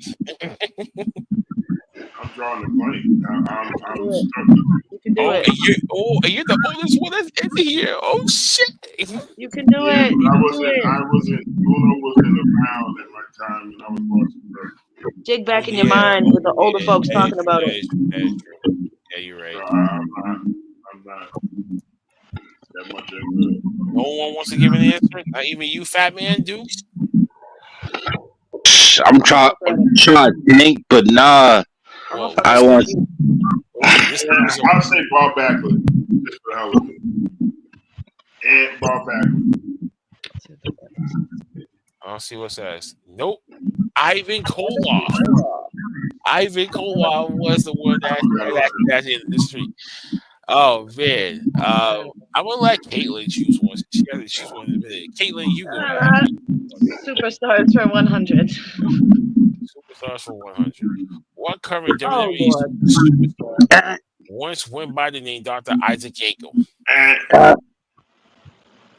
Dukes. Kane. And the answer is Kane. Dukes got it. I didn't know that. Dukes get the pick again. All right, can I go with pay-per-views for 200? Hey, pay-per-views for 2. What was the main event of WrestleMania 15? Oh. WrestleMania 15? I was like 5. And It was Austin 316. Oh my god! Hey, wait, use the buzzer. And She said, I did not She said, What? Oh man. I did not hear her say this shit. I did. I did not hear her do that. But go ahead. I did. Oh man. Oh, I think it was Austin 316 in The Rock. Oh no, wait. You got it. You got it. Just take it. Sorry, that shit got me amped. I was so happy. Bro, I remember that shit because that one made me sick. That shit made me sick to my stomach. Wilson versus for no DQ match for the WWF title. So yeah, you got it. So cool. I'll give you. I think I'm gonna take pay-per-views again. Shit, give me pay-per-view because I remember them shit. I was pay-per-view queen. Give me pay-per-view for 300. Dude, let me check my. No, actually no. Sorry, I'm so proud of myself right now. And what year was the last Armageddon held? It was. Is that a wrestling event? Yes. Oh. Dukes. 8. 2008?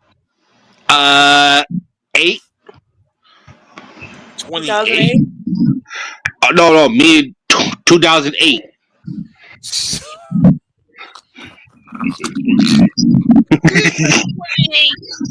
Like 28, like that year hasn't even happened. I knew what he meant though. Hey. You said 2008? Yeah. Anybody else want to say something? I'm gonna say 2012.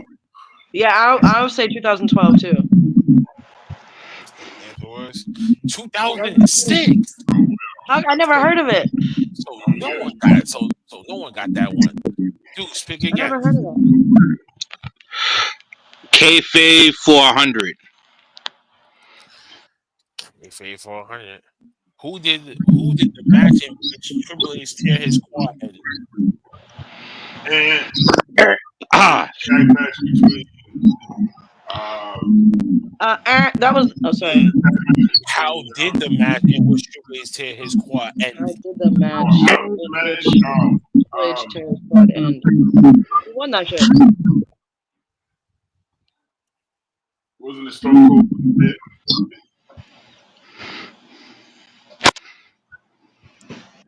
Was him and Stone Cold? No, I think it was him and Shawn Michaels. And I think he won. No, it was a tag team match between Triple H and Stone Cold versus Jericho and Chris Benoit. Triple H got hit with a light table on top of the the announcer's table, which towards his quad, while Stone Cold and Chris Benoit was in the ring. Jericho and Benoit was a great team. I don't think you understand the question. The question was, how did that match end? I told you, Stone Cold Use your buzzers, folks. I said in at the beginning. That was the first answer I said. And then with the pain with Chris Benoit and Stone Cold.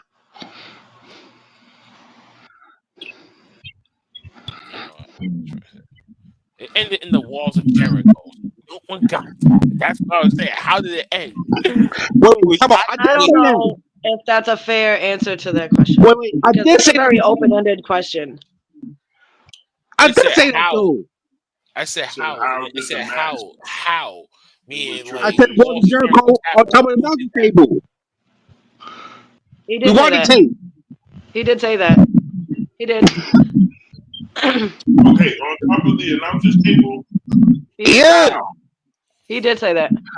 Okay, you did say how. Was it a pin? No, it was not a pin. It was Jericho and Triple H was out fighting outside the ring. The next thing you know, they was fighting and Jericho hit him with the walls of Jericho right on top. Yeah, I know about this. Come That on, shit went man. right through. It cracked the table. Bro, you know No, why you're not they even say the world That was a hot how fight. the question is being broken down. How did the match in which he tore his quad end? Which means Yeah. who won the match and how did it actually happen? Which and it was a means woman. no.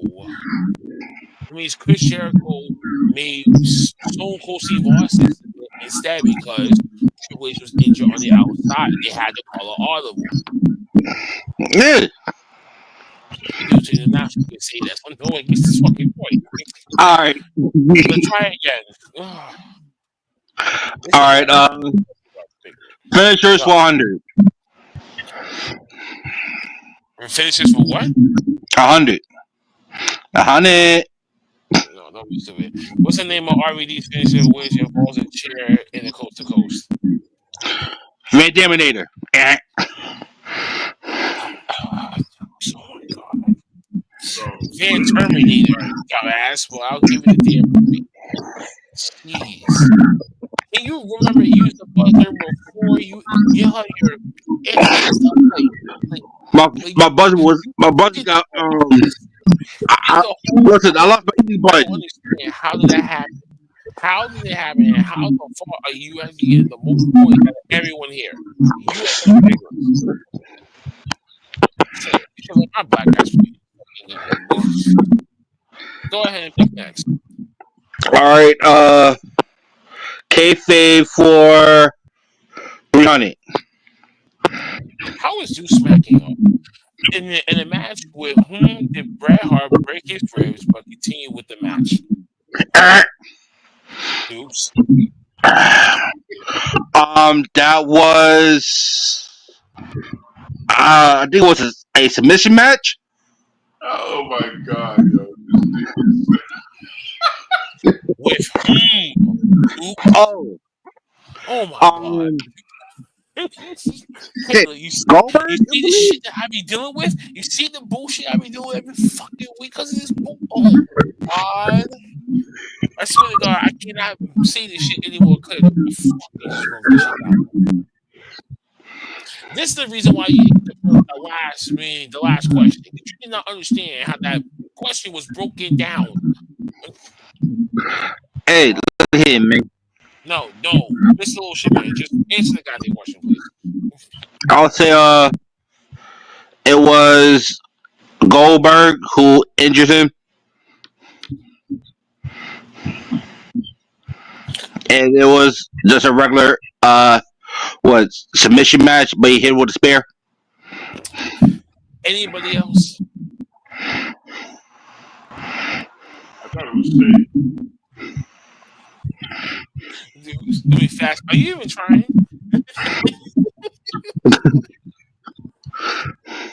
The answer was Dino Bravo.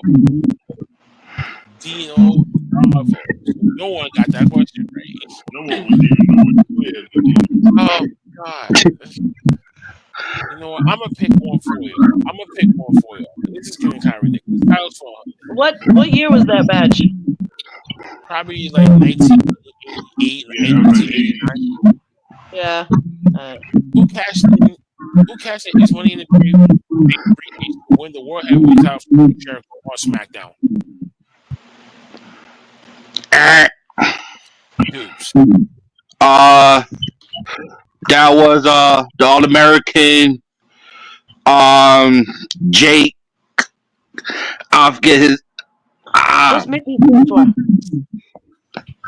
I forget his, I got Jake Hagar, but he was going as Jack Swagger.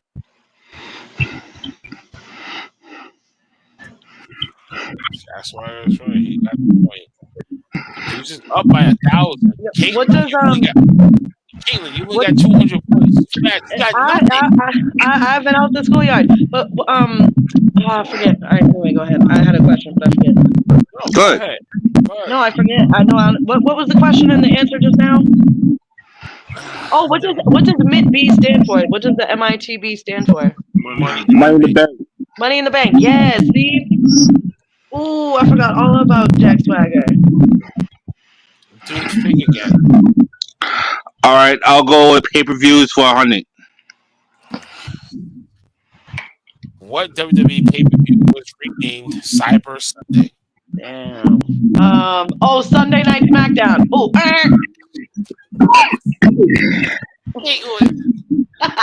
Sunday Night SmackDown. Sunday Night SmackDown? Right? Wasn't there some shit called Sunday Night SmackDown? No. Anybody Yeah, else? there was some Sunday night shit. Yeah, it was. It was Sunday night. Raw. Sunday Night Raw. No, that was Monday Night Raw. Damn it. So hold on. I love it. Oh, Hey, what is it? Sunday night. Dukes. Those taboo, those like taboo Sundays. So it had to do with taboo. Man, boys. So why would they name it Cyber fucking Sunday? Because the pay-per-view at the time was on a Sunday, but then they experiment where they turned it over to Tuesday. And they did like a pay-per-view, like a Tuesday type of thing, and that's when it came out. So no one gets that point. I did say taboo Tuesday. No, you did not. I said Sunday Night SmackDown. You said Taboo Sunday. I was like, Taboo Sunday? Like, who the hell are you saying that? I'm gonna give you guys a hard one. Oh, for finishers for 5. What was Shawn Master?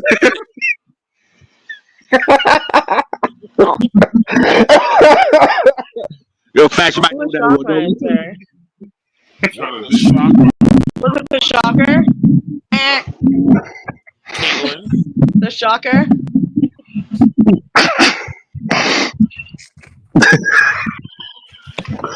Anybody else? What was it? The power driver? That was the Shocker Slam. They didn't really have no name back then. The Shockmaster Splash. Oh, no one gets the point. That's crazy as hell. Shockmaster older dude. Oh, very old. Oh, okay. Superstars 200. What was the man known as Kane actually born? Oh, Duke. Glenn Jacobs. Where, Dukes? Where? Oh shit, my bad. The depths of hell.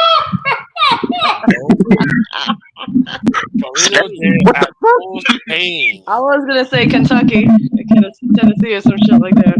That's what he was at now. But no, this isn't what he was born. Yeah, moving too fast. For 4.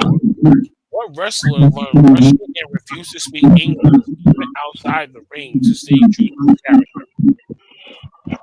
I kind of remember this guy. Nikolai. Fuck, I remember that dude. He had a bitch translator with him.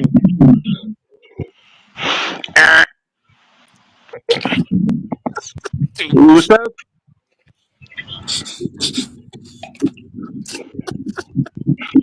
No, the key was Mobb. That's a girl's name. That was a girl wrestler. My bad. Oh, see. But wasn't there a dude who only spoke another language at one point and had a female translator with him? She used to wrestle too sometimes. That was Rusev. And that was Rusev. Yeah, Rusev. That's what I was. Yeah, that's not Belgian. That was something with a B. For something. Yeah. It's a European. So he wasn't Russian. Got you. No. I got 2. What was the first United States champion? Rocky Balboa. I'm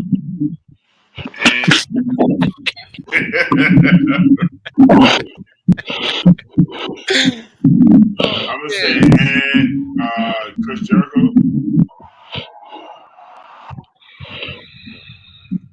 No. Duke, you got someone?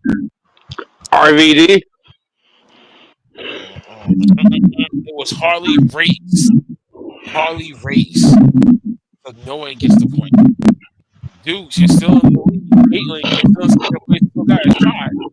Pay per view. Pay per view. If you're gonna give me one, shit. I was eating ice cream. Pay per view. Somebody do do that. something. Fight I back. was eating ice cream and I'm trying to stay up right now. What were the only pay-per-views featured by the new ECW? I watched the first one.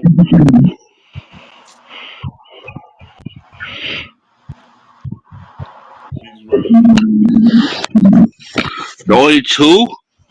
Yes, dude. That's what it said. Damn. No, they had to have been. They had to have been on the new ECW, but it had to have been people from WWE, which why it was the only two pay-per-views because it was super. It was popular because WWE is more popular than ECW. So there had to have been certain wrestlers on it. Who could it have been?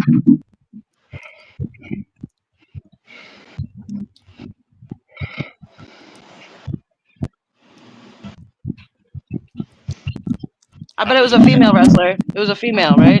I'm gonna give you guys. No, what I were? bet you it was a. I bet you it was a women's wrestling match.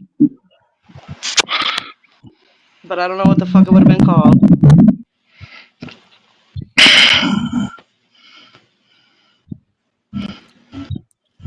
Come on, dude. Hold on. Come on, Fat. I'm trying to think. This is so sad.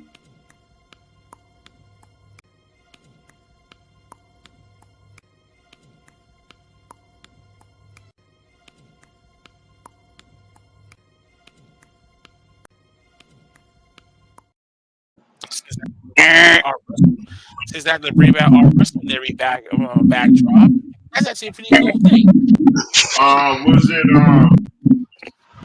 Was it I'm gonna try it.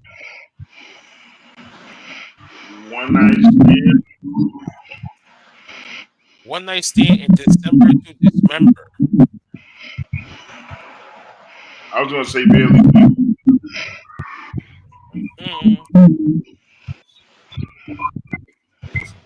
But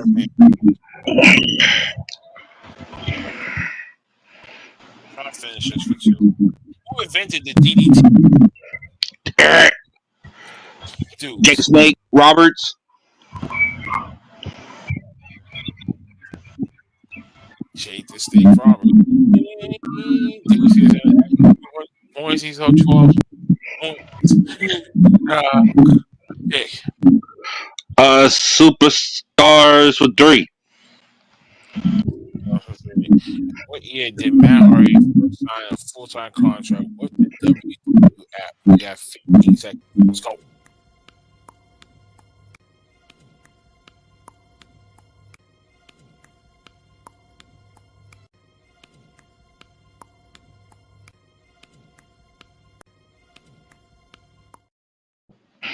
Uh, 96. Oh, full-time contract. Said what I said. 1998. I said 1994. But then I read full-time, and then I said 1998. Really? Okay. 1998. Yeah, look at you. I'm digging in my Rolodex. Correct. Thank you. Why, thank you very much. Whoa, whoa. Elaine, you picked the next one. I mean, I'm gonna do a pay-per-view for 500.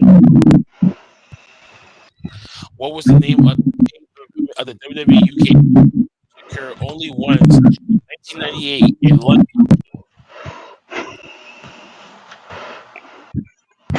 I don't know the answer. I'm gonna assume it wasn't very far off from the rest of the I think I know what it was. I think I know what it was too. I don't think it.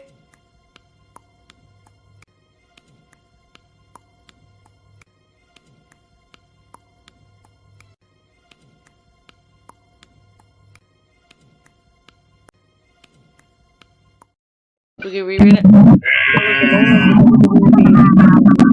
only occurred once on Monday night. I probably watched it. I can't remember. Can I go for it? Facts. Capital Carnage. I say capital punishment. Yes! Uncle Fast is finally on the board. It's about time. Yeah. You still got a chance. It's your turn. Me? I still got a chance? Let's go. You both got a with, chance. I ain't got no chance. let's go with titles for 500. How many different IT champs have? What's IC stand for? Intercontinental. Intercontinental. Different IT champs. One. That motherfucker who be with all the gold chains all the time. That Olympic swimmer motherfucker. That old school one. I don't know if he's a swimmer, but that Olympic one, no. Go ahead. Hell, God, if you hear it.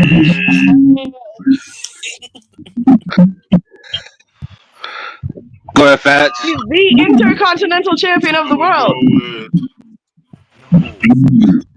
I'm gonna go with Jerk, what the fuck is that guy's name? With the fucking shit, with the fucking gold medals and shit. It's not Michael Phelps. That's what you think it is. I'm gonna go with 90. I hate that guy. I'll go with 53. 53? Yeah. Matt, you got a number? Yeah, I'm so into this shit right now. How do you think? I think there's only one. The question is how many, not who the fuck it is. So how many different IC champs? I only know of one. Since its inception. 91. Okay, you know. Sorry, 7. I was close to it. 70 different intercontinental champions. Jasmine. Well, now to the wire. What was the first name of Alito's double D hat breaker?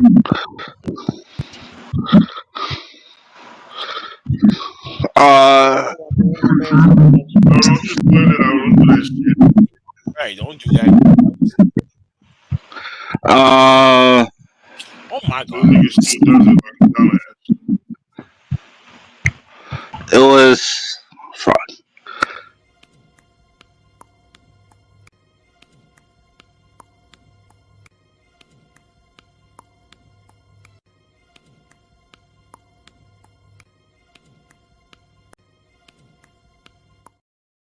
Time's up.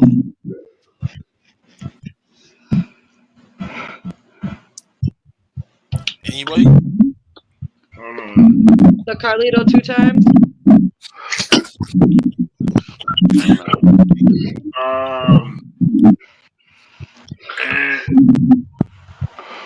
Backstabber? Yeah, you got that. Yeah. See, I got it as double knee breaker. See, I'm not reading this shit clear either. My dumbass. The back cracker. Damn. He said backstabber. He was pretty close for the last two. 5. What was Undertaker's first name in wrestling? Oh my God. The Dead Man. No. Even The Dead Man.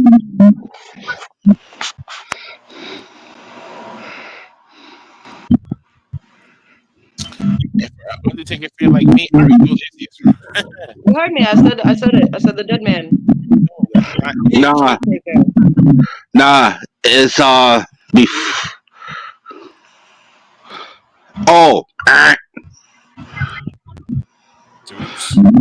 Mean Mark Calloway. Oh, he did have a regular ass name. Texas Red. Texas Red, a world class championship wrestler in 1984. That was afterwards. Y'all remember Kevin Nash? Yeah. One more point. Who's about to win this? What Mexican wrestling character has on in public? Mysterio. Mysterio. No, Mysterio took his mask off. That other guy. Justin Duggar, Thunder Liger, something like that.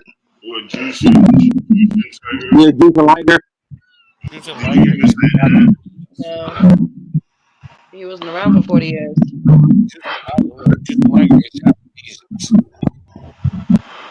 I thought he was Mexican. No. Oh shit. There was two.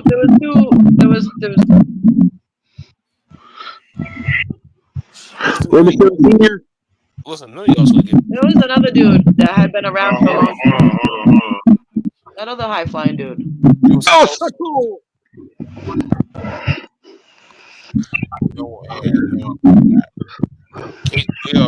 Twins, miraculously, how the hell he won this? Yeah. Listen, I know my shit. I played off of TV. What was you the also gotta learn how to play the fucking game too. All right. Like, what's he saying? I know my shit, man. Good job. Good job, man. I'm gonna start watching stuff so I can talk shit with y'all, or at least talk shit in the comments. How the hell? I don't know how the is actually on this board. You're gonna have to get you. What? Yeah, because your microphone's fucked up, bro. You gotta get Yeah, bro, your shit is like trash. You gotta make one for different. You gotta make different cards for different eras, so it can really get. You could really get in there. Mm-hmm. That was cool. I like that. That was a good one. That was fun. That was a very good one. That was fun. I was so excited to get my wins. Yeah. Digging back in my brain, like, cause I remember stuff like visually, but like I can't like remember pulling out names and pulling out years and doing all that is hard. But that shit was fun. Some people don't want to reveal their age, you know. Oh, I don't give a damn. I'm 35. I'm not my 90s baby. I was born in 90. I was born in the 80s. And I've care. been watching this shit. Yeah, age is nothing. If you age yourself, you train your cells to age. So I don't even think like that. But what? Girl, stop playing.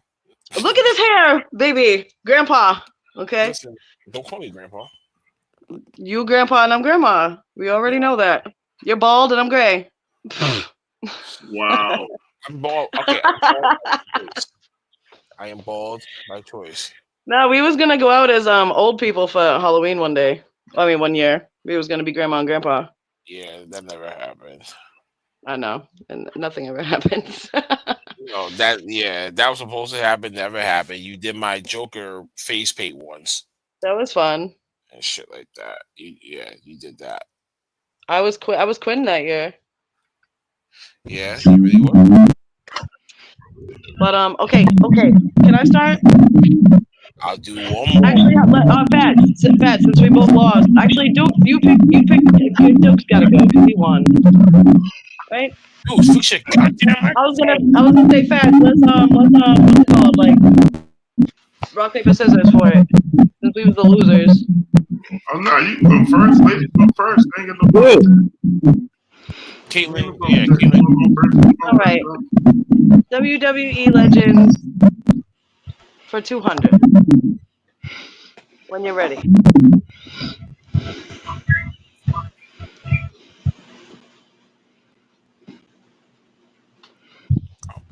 I didn't even do that.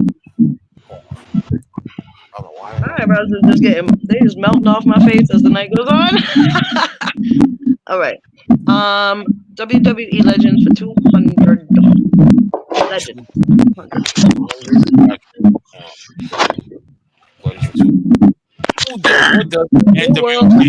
New World. Fuck. Dukes. New World Order. I gotta remember that damn buzzer. I think what should happen is let the person read it first, and then you buzz. And then you buzz. Right.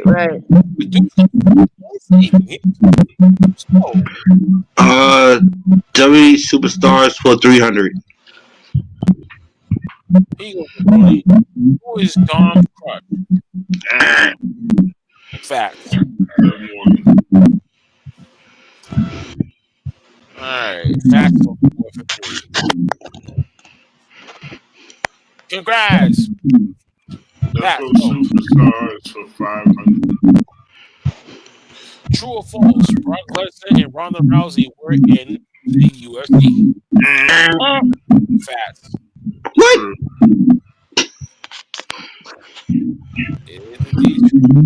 Bitch, you gotta be quick. See, this was a good one. Motherfucker. Facts go again. Let's go with WWE titles for 300. And what match type did Becky Lynch win the Women's World Championship? It was a triple threat match, WrestleMania versus Charlotte Flair and Ronda Rousey. That's very detailed.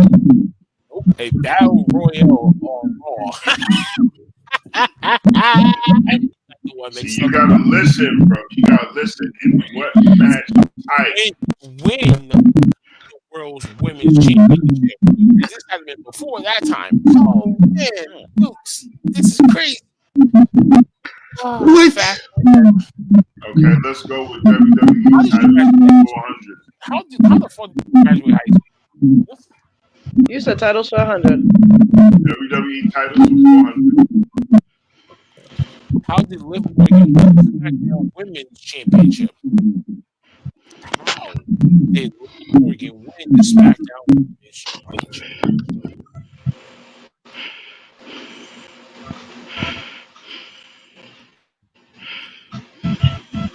Oh, this is where Deuce gets get the heavy breathing and shit.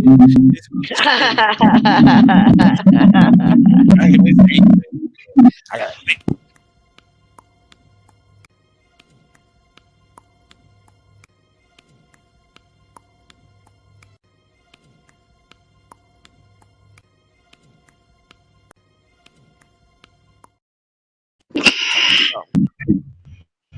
And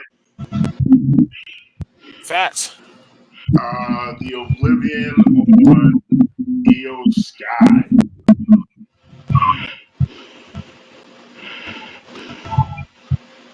Nope, by cashing in the big briefcase. Oh, How wow. did Liv Morgan win the SmackDown Women's Championship and cash in the same night she won the big thing?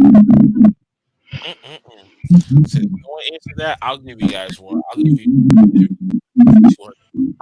Who is the head of WWE Creative? Caitlyn. Triple H. Caitlyn. Yeah. Hey, I learned that tonight. Thank you very much. Caitlyn. She said muscle memory, motherfuckers. We do pay-per-view for 100. Let me pay reviews for 100. One more it happened. Fuck! I keep forgetting that motherfucking April it is. I had that wrong as a motherfucker. I was gonna say August. That's understood. Yes.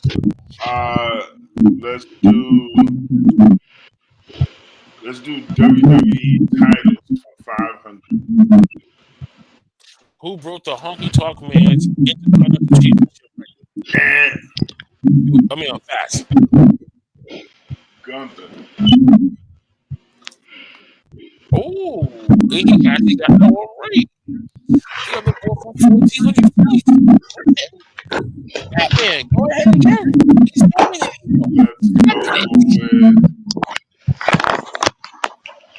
And my school's better than yours, bitch. Let's go with WWE. I think that last one. What did you say? WWE GMs. I need some of that weed you over there, which is. With your microphone. Oh my god! You gotta put headphones on, please. For crying out loud. not helping. Sorry. This is not working. Eh, I haven't the McMahon. even read the fucking because that echo just gave my ear fucking. Did you catch beating. my aunt though? Yes, I did. Caitlin, go. The McMahons. Yes. Thank you. Oh my God, Caitlin actually got that one. My God, man, that fucking. Okay, Caitlin, don't really see me. How could I not? Like, what the fuck? I mean, Dukes, put on headphones. Put on headphones. I'm Find just disappointed y'all didn't aunt before me. You gave me. You was wait. Oh, y'all gave me that. Thanks, guys. You Aw. did because I didn't know. I You didn't been know leaving it what like was that? going on. I think How it do you picks not up. know? Well, Oh because my we God, attended that the thing Duke's actually hurt my headphone damn situation. ears. Ah. No. That's the only name that ever been in there. Shit. Hey, she's actually right about that. Caitlin, go. Pay-per-view for 200. What pay-per-view usually comes after the Royal Rumble in February?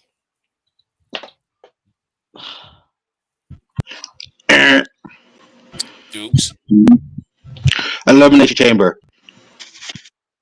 What is it? Elimination Chamber. Dukes got that. He's back Do on they the still board. do I Quit matches? Or like Whatever. go to the hospital matches, ambulance shit? Depends on the storyline.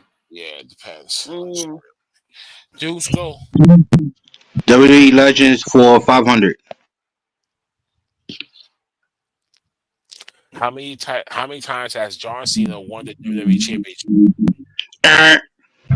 16. 16. 16 times. Jesus Christ. Dukes is back on the board with 9. He's right behind Uncle Fat now in second place. Dukes, go. Right. WWE GMs for 500. Who was the first woman? Caitlin. Stephanie McMahon. Nope. Sonya Deville. Oh my God! I remember that bitch. Damn. Wait, was that the no? Who was that? Was that the crazy lady, the crazy Italian lady that was always yelling all over the place? No. She wasn't Italian. You're talking No. about You know who Yeah. Yes. I remember her. Oh wow. This is crazy. This is nuts. I'll give you guys another one. I'll give you another reviews for 3. Who main evented Crown Jewel 2024? Dukes. What main evented was Gunther and Cody Rhodes. Gunther and Cody Rhodes. You called him Gunther? He said Fast Gunther. man, you're about to lose your lead. You need to do something here. Dukes, go. WWE Legends for 400. 400. True or false? Triple H and Shawn Michaels were in the faction called DX. Facts. True. We all know about that one. Now, Uncle Fast snagged those points. I feel like that was a tie. That ant was a tie. Fast, go. Pay-per-view 500. Who won the match at WrestleMania 3 against Andre the Giant versus Hulk Hogan? Fats. What?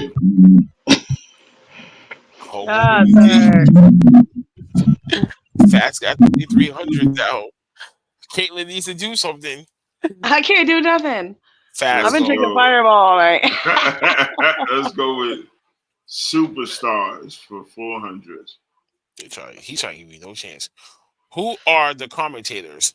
Pause. Now or when? What kind of question is that? That's Who are the commentators when, Shiz? That's not a good question.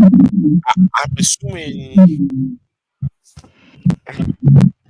Oh, you didn't make these questions? No, I didn't make these questions. Oh. They must be now. Which brand? That's the thing. Probably name them all. All right, name them all. So you have So you have Michael Cole. You're on top of that. You have Wade Barrett. You have Pat McAfee. You have I want to try Oh, that. Michael King, that old King guy. Jerry Law's not doing that. Commentators of all time. Yes, the Lawler. Yeah, Jerry Law. He's not doing commentary anymore. So you have Michael Cole, Corey Graves, Pat McAfee. You also have Wade Barrett. Fuck, who else? Yeah, They're all commentators right now. Yeah, That's cool. I forget who I thought else. you said. Wait, I thought you said. Oh, okay. You only named 4. Technically, I think I count 6. But let's just see anyways. You missed 1. No, you missed 2. You missed Joe. Famous You Joe. missed Yeah. Joe Testori That and was Corey pretty good. Graves. I did say Corey Graves. You said I Corey was messing Graves. with You one. did it. Yeah, You you missed only missed Joe. 1. But you still didn't get it though. But that was good though. That was good. I'll You do. Here we got this new WWE. Which male and female superstars won the 2024 Royal Rumbles? Dukes. It was Cody Rhodes for the males and Bailey for the female.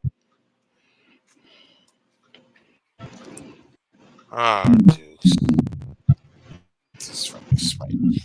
Alright, Dukes, pick another one. WWE titles for 200. When did the Usos the titles determine what Sami Zayn? 2022. WrestleMania 40 tag team match. Slightly was WrestleMania 39. My bad. You Oh, won. wow. You running, you jumping too fast, fool. Yeah, Dukes. I feel like I watched 39 and I don't remember those people. Shiz, when's the last time you watched a WrestleMania? Wait, that I have? When I've watched, because last time I watched it, I was probably with you. No idea. Definitely wasn't 25. Oh my god, I think the last WrestleMania I watched was Triple H versus Undertaker. Oh, jeez, that had been 2017. Damn. I think when Undertaker lost, when he lost his reign, like his winning streak, I think that was it when I tapped out. Oh, when he lost to Brocky. When he lost to Brock. I didn't like that. They didn't have to do that. That was crazy. And I hated Brock Lesnar. I kind of like him now, though. He acts more human. His GM is bold.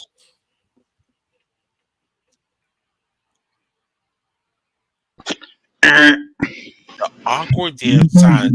Y'all, you think about this? Shizlansky. Yeah. Oh my God. How awkward was that damn silence? I thought this one should have been easy as hell. This one should have been easy as hell. Because it just threw me off. It threw me off. Dude, Who is bald? Who's bald? Adam the Miz He's is bald. no. Miz is not bald. Who's Adam? Adam Pearce is the manager for Raw. He used to be Oh, a he's former new? wrestler. Oh. Dude, what did you pick? All right. GMs for 400. Which wrestler is the GM of NXT? Ric Flair or Shawn Michaels? That man. I'm going to say Shawn Michaels. Yeah. Whoop. Fast, get it again. Fast, go. I'm going to say David. What event was Bray Wyatt's last match at?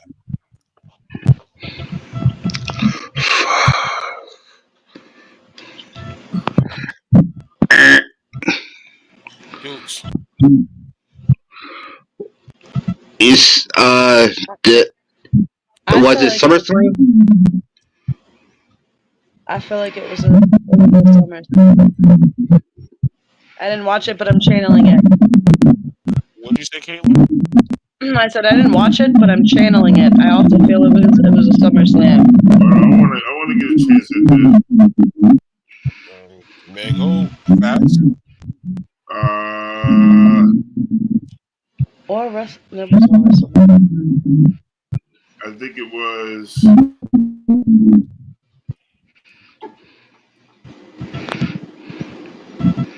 I know his last match was with LA Knight. I think it's. It was probably a common event and not a once a year event. Forget it. Just drop the answer. This nigga just fucking Nope, ruined it was the whole Royal shit. Rumble in that whole Mountain Dew Pitch Black match. That was the thing. Even yeah, I knew about that one. That was the last match with LA Knight. I'll just pick one for you. WWE Legends for 100. What is the I was Undertaker? gonna say a Royal Rumble, but I couldn't see him in a Royal Rumble. Fat Man? Tombstone. Fat. Tombstone.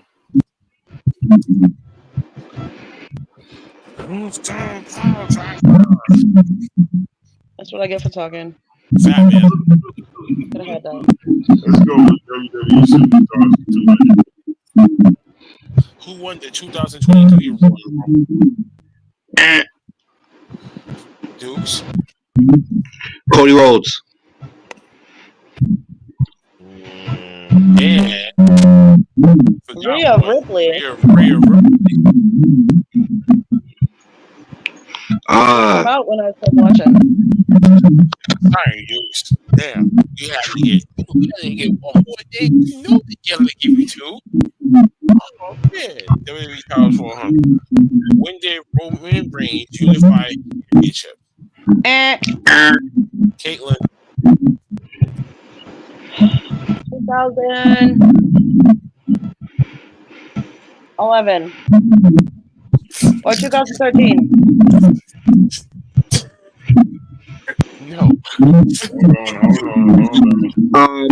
I was gonna say WrestleMania 38 versus Brock Lesnar. Fats.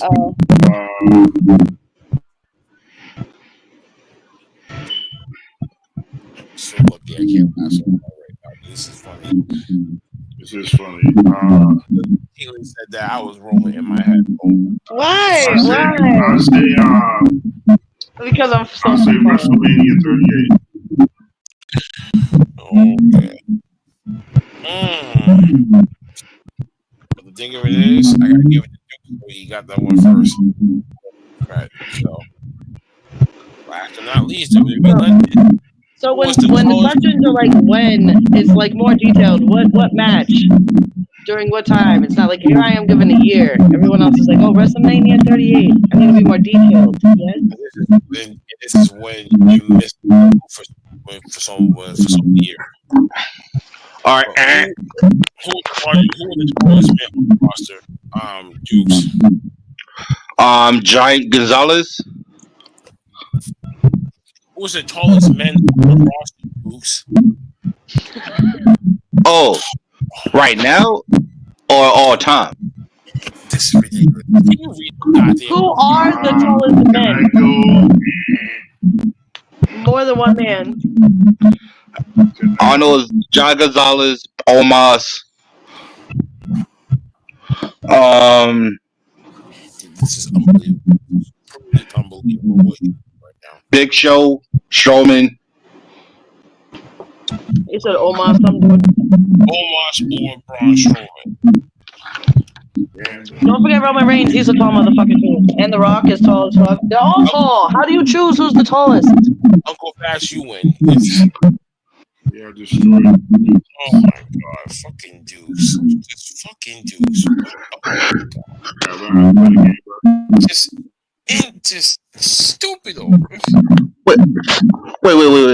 Time out. It said tall men. If it said all time, it was Giant Gonzalez, homie. Dukes, please. Giant Gonzalez. Please stop. That was a good game. That is the most. That was tall son of a bitch. That's the most absurd thing to do. That is absurd. Yeah, I mean, you know, still got a lot up for the game. Hey, y'all, I'm gonna let y'all go. This shit is all fucked up. Yeah. Nice to see you, y'all. Nice meeting you. Pleasure. Thank you, man. Thanks for having me. It was fun. Thank you for coming on. You're welcome anytime. Whenever I see the link, I'll get up on it. Bye. Bye. Bye. And speaking of good nights, we are out too.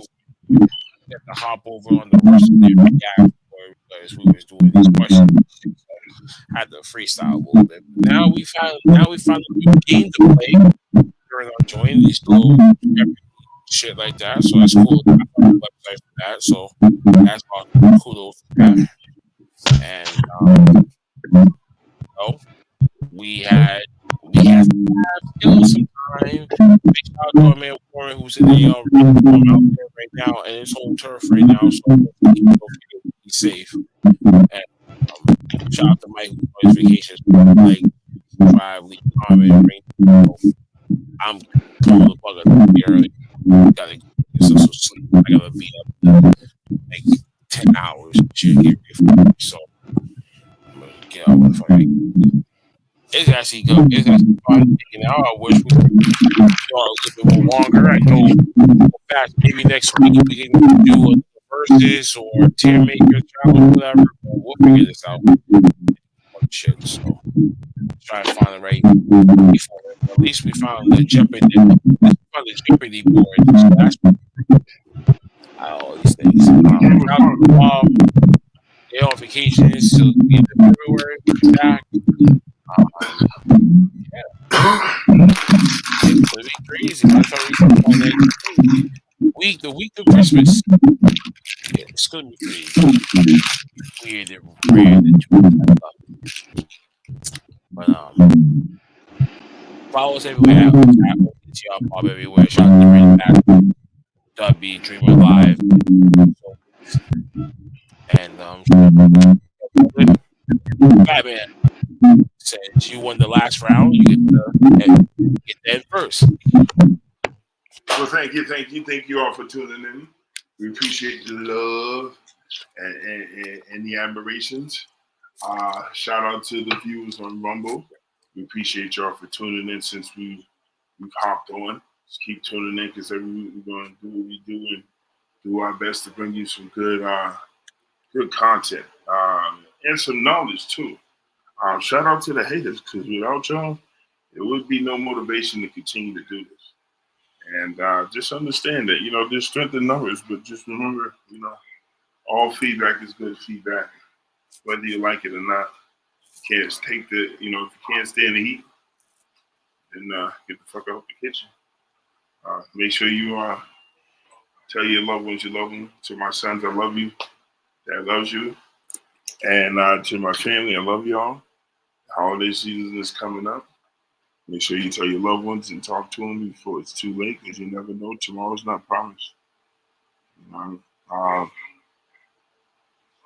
Other than that, y'all stay blessed. Be at peace. Y'all have a good week. And the mini fat man.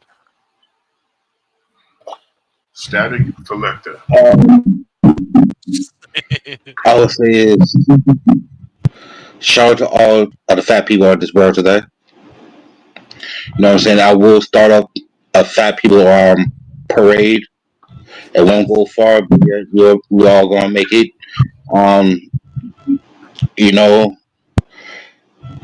Shout out to all the buffets in the world. We all of us gotta eat. You know what I'm saying? Help if you see a fat person, help the fat person out. Bring to a buffet. We love to eat. Who don't love to eat? You know what I'm saying? Big backs all day. We ride out. That is goddamn. Very weird, but impassioned. Yeah, on top of that, shout out to the little one. You know what I'm saying? Little mini big back. I know I got a big back. Goddamn, ain't like that shit. Shout out.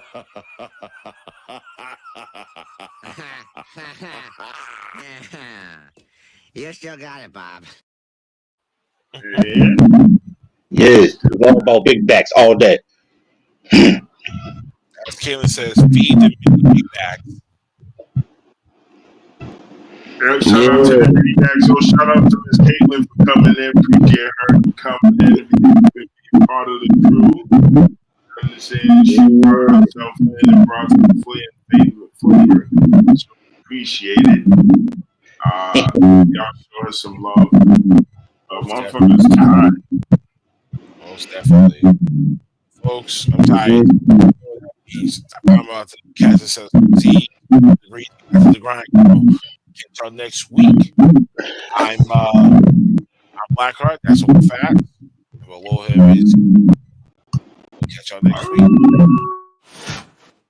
I eat down Joe Mills, fuck the Mac to the screen. Last week in wrestling, we keep it mean. POG Mobb riding high, that's the dream. After dark wrestling, every hear the fans scream. Step in the ring, welcome to the scene. Die hard fans, we discuss everything. From the top ropes, we spit fire in the booth. OTTR, POG Mobb, bring you the truth.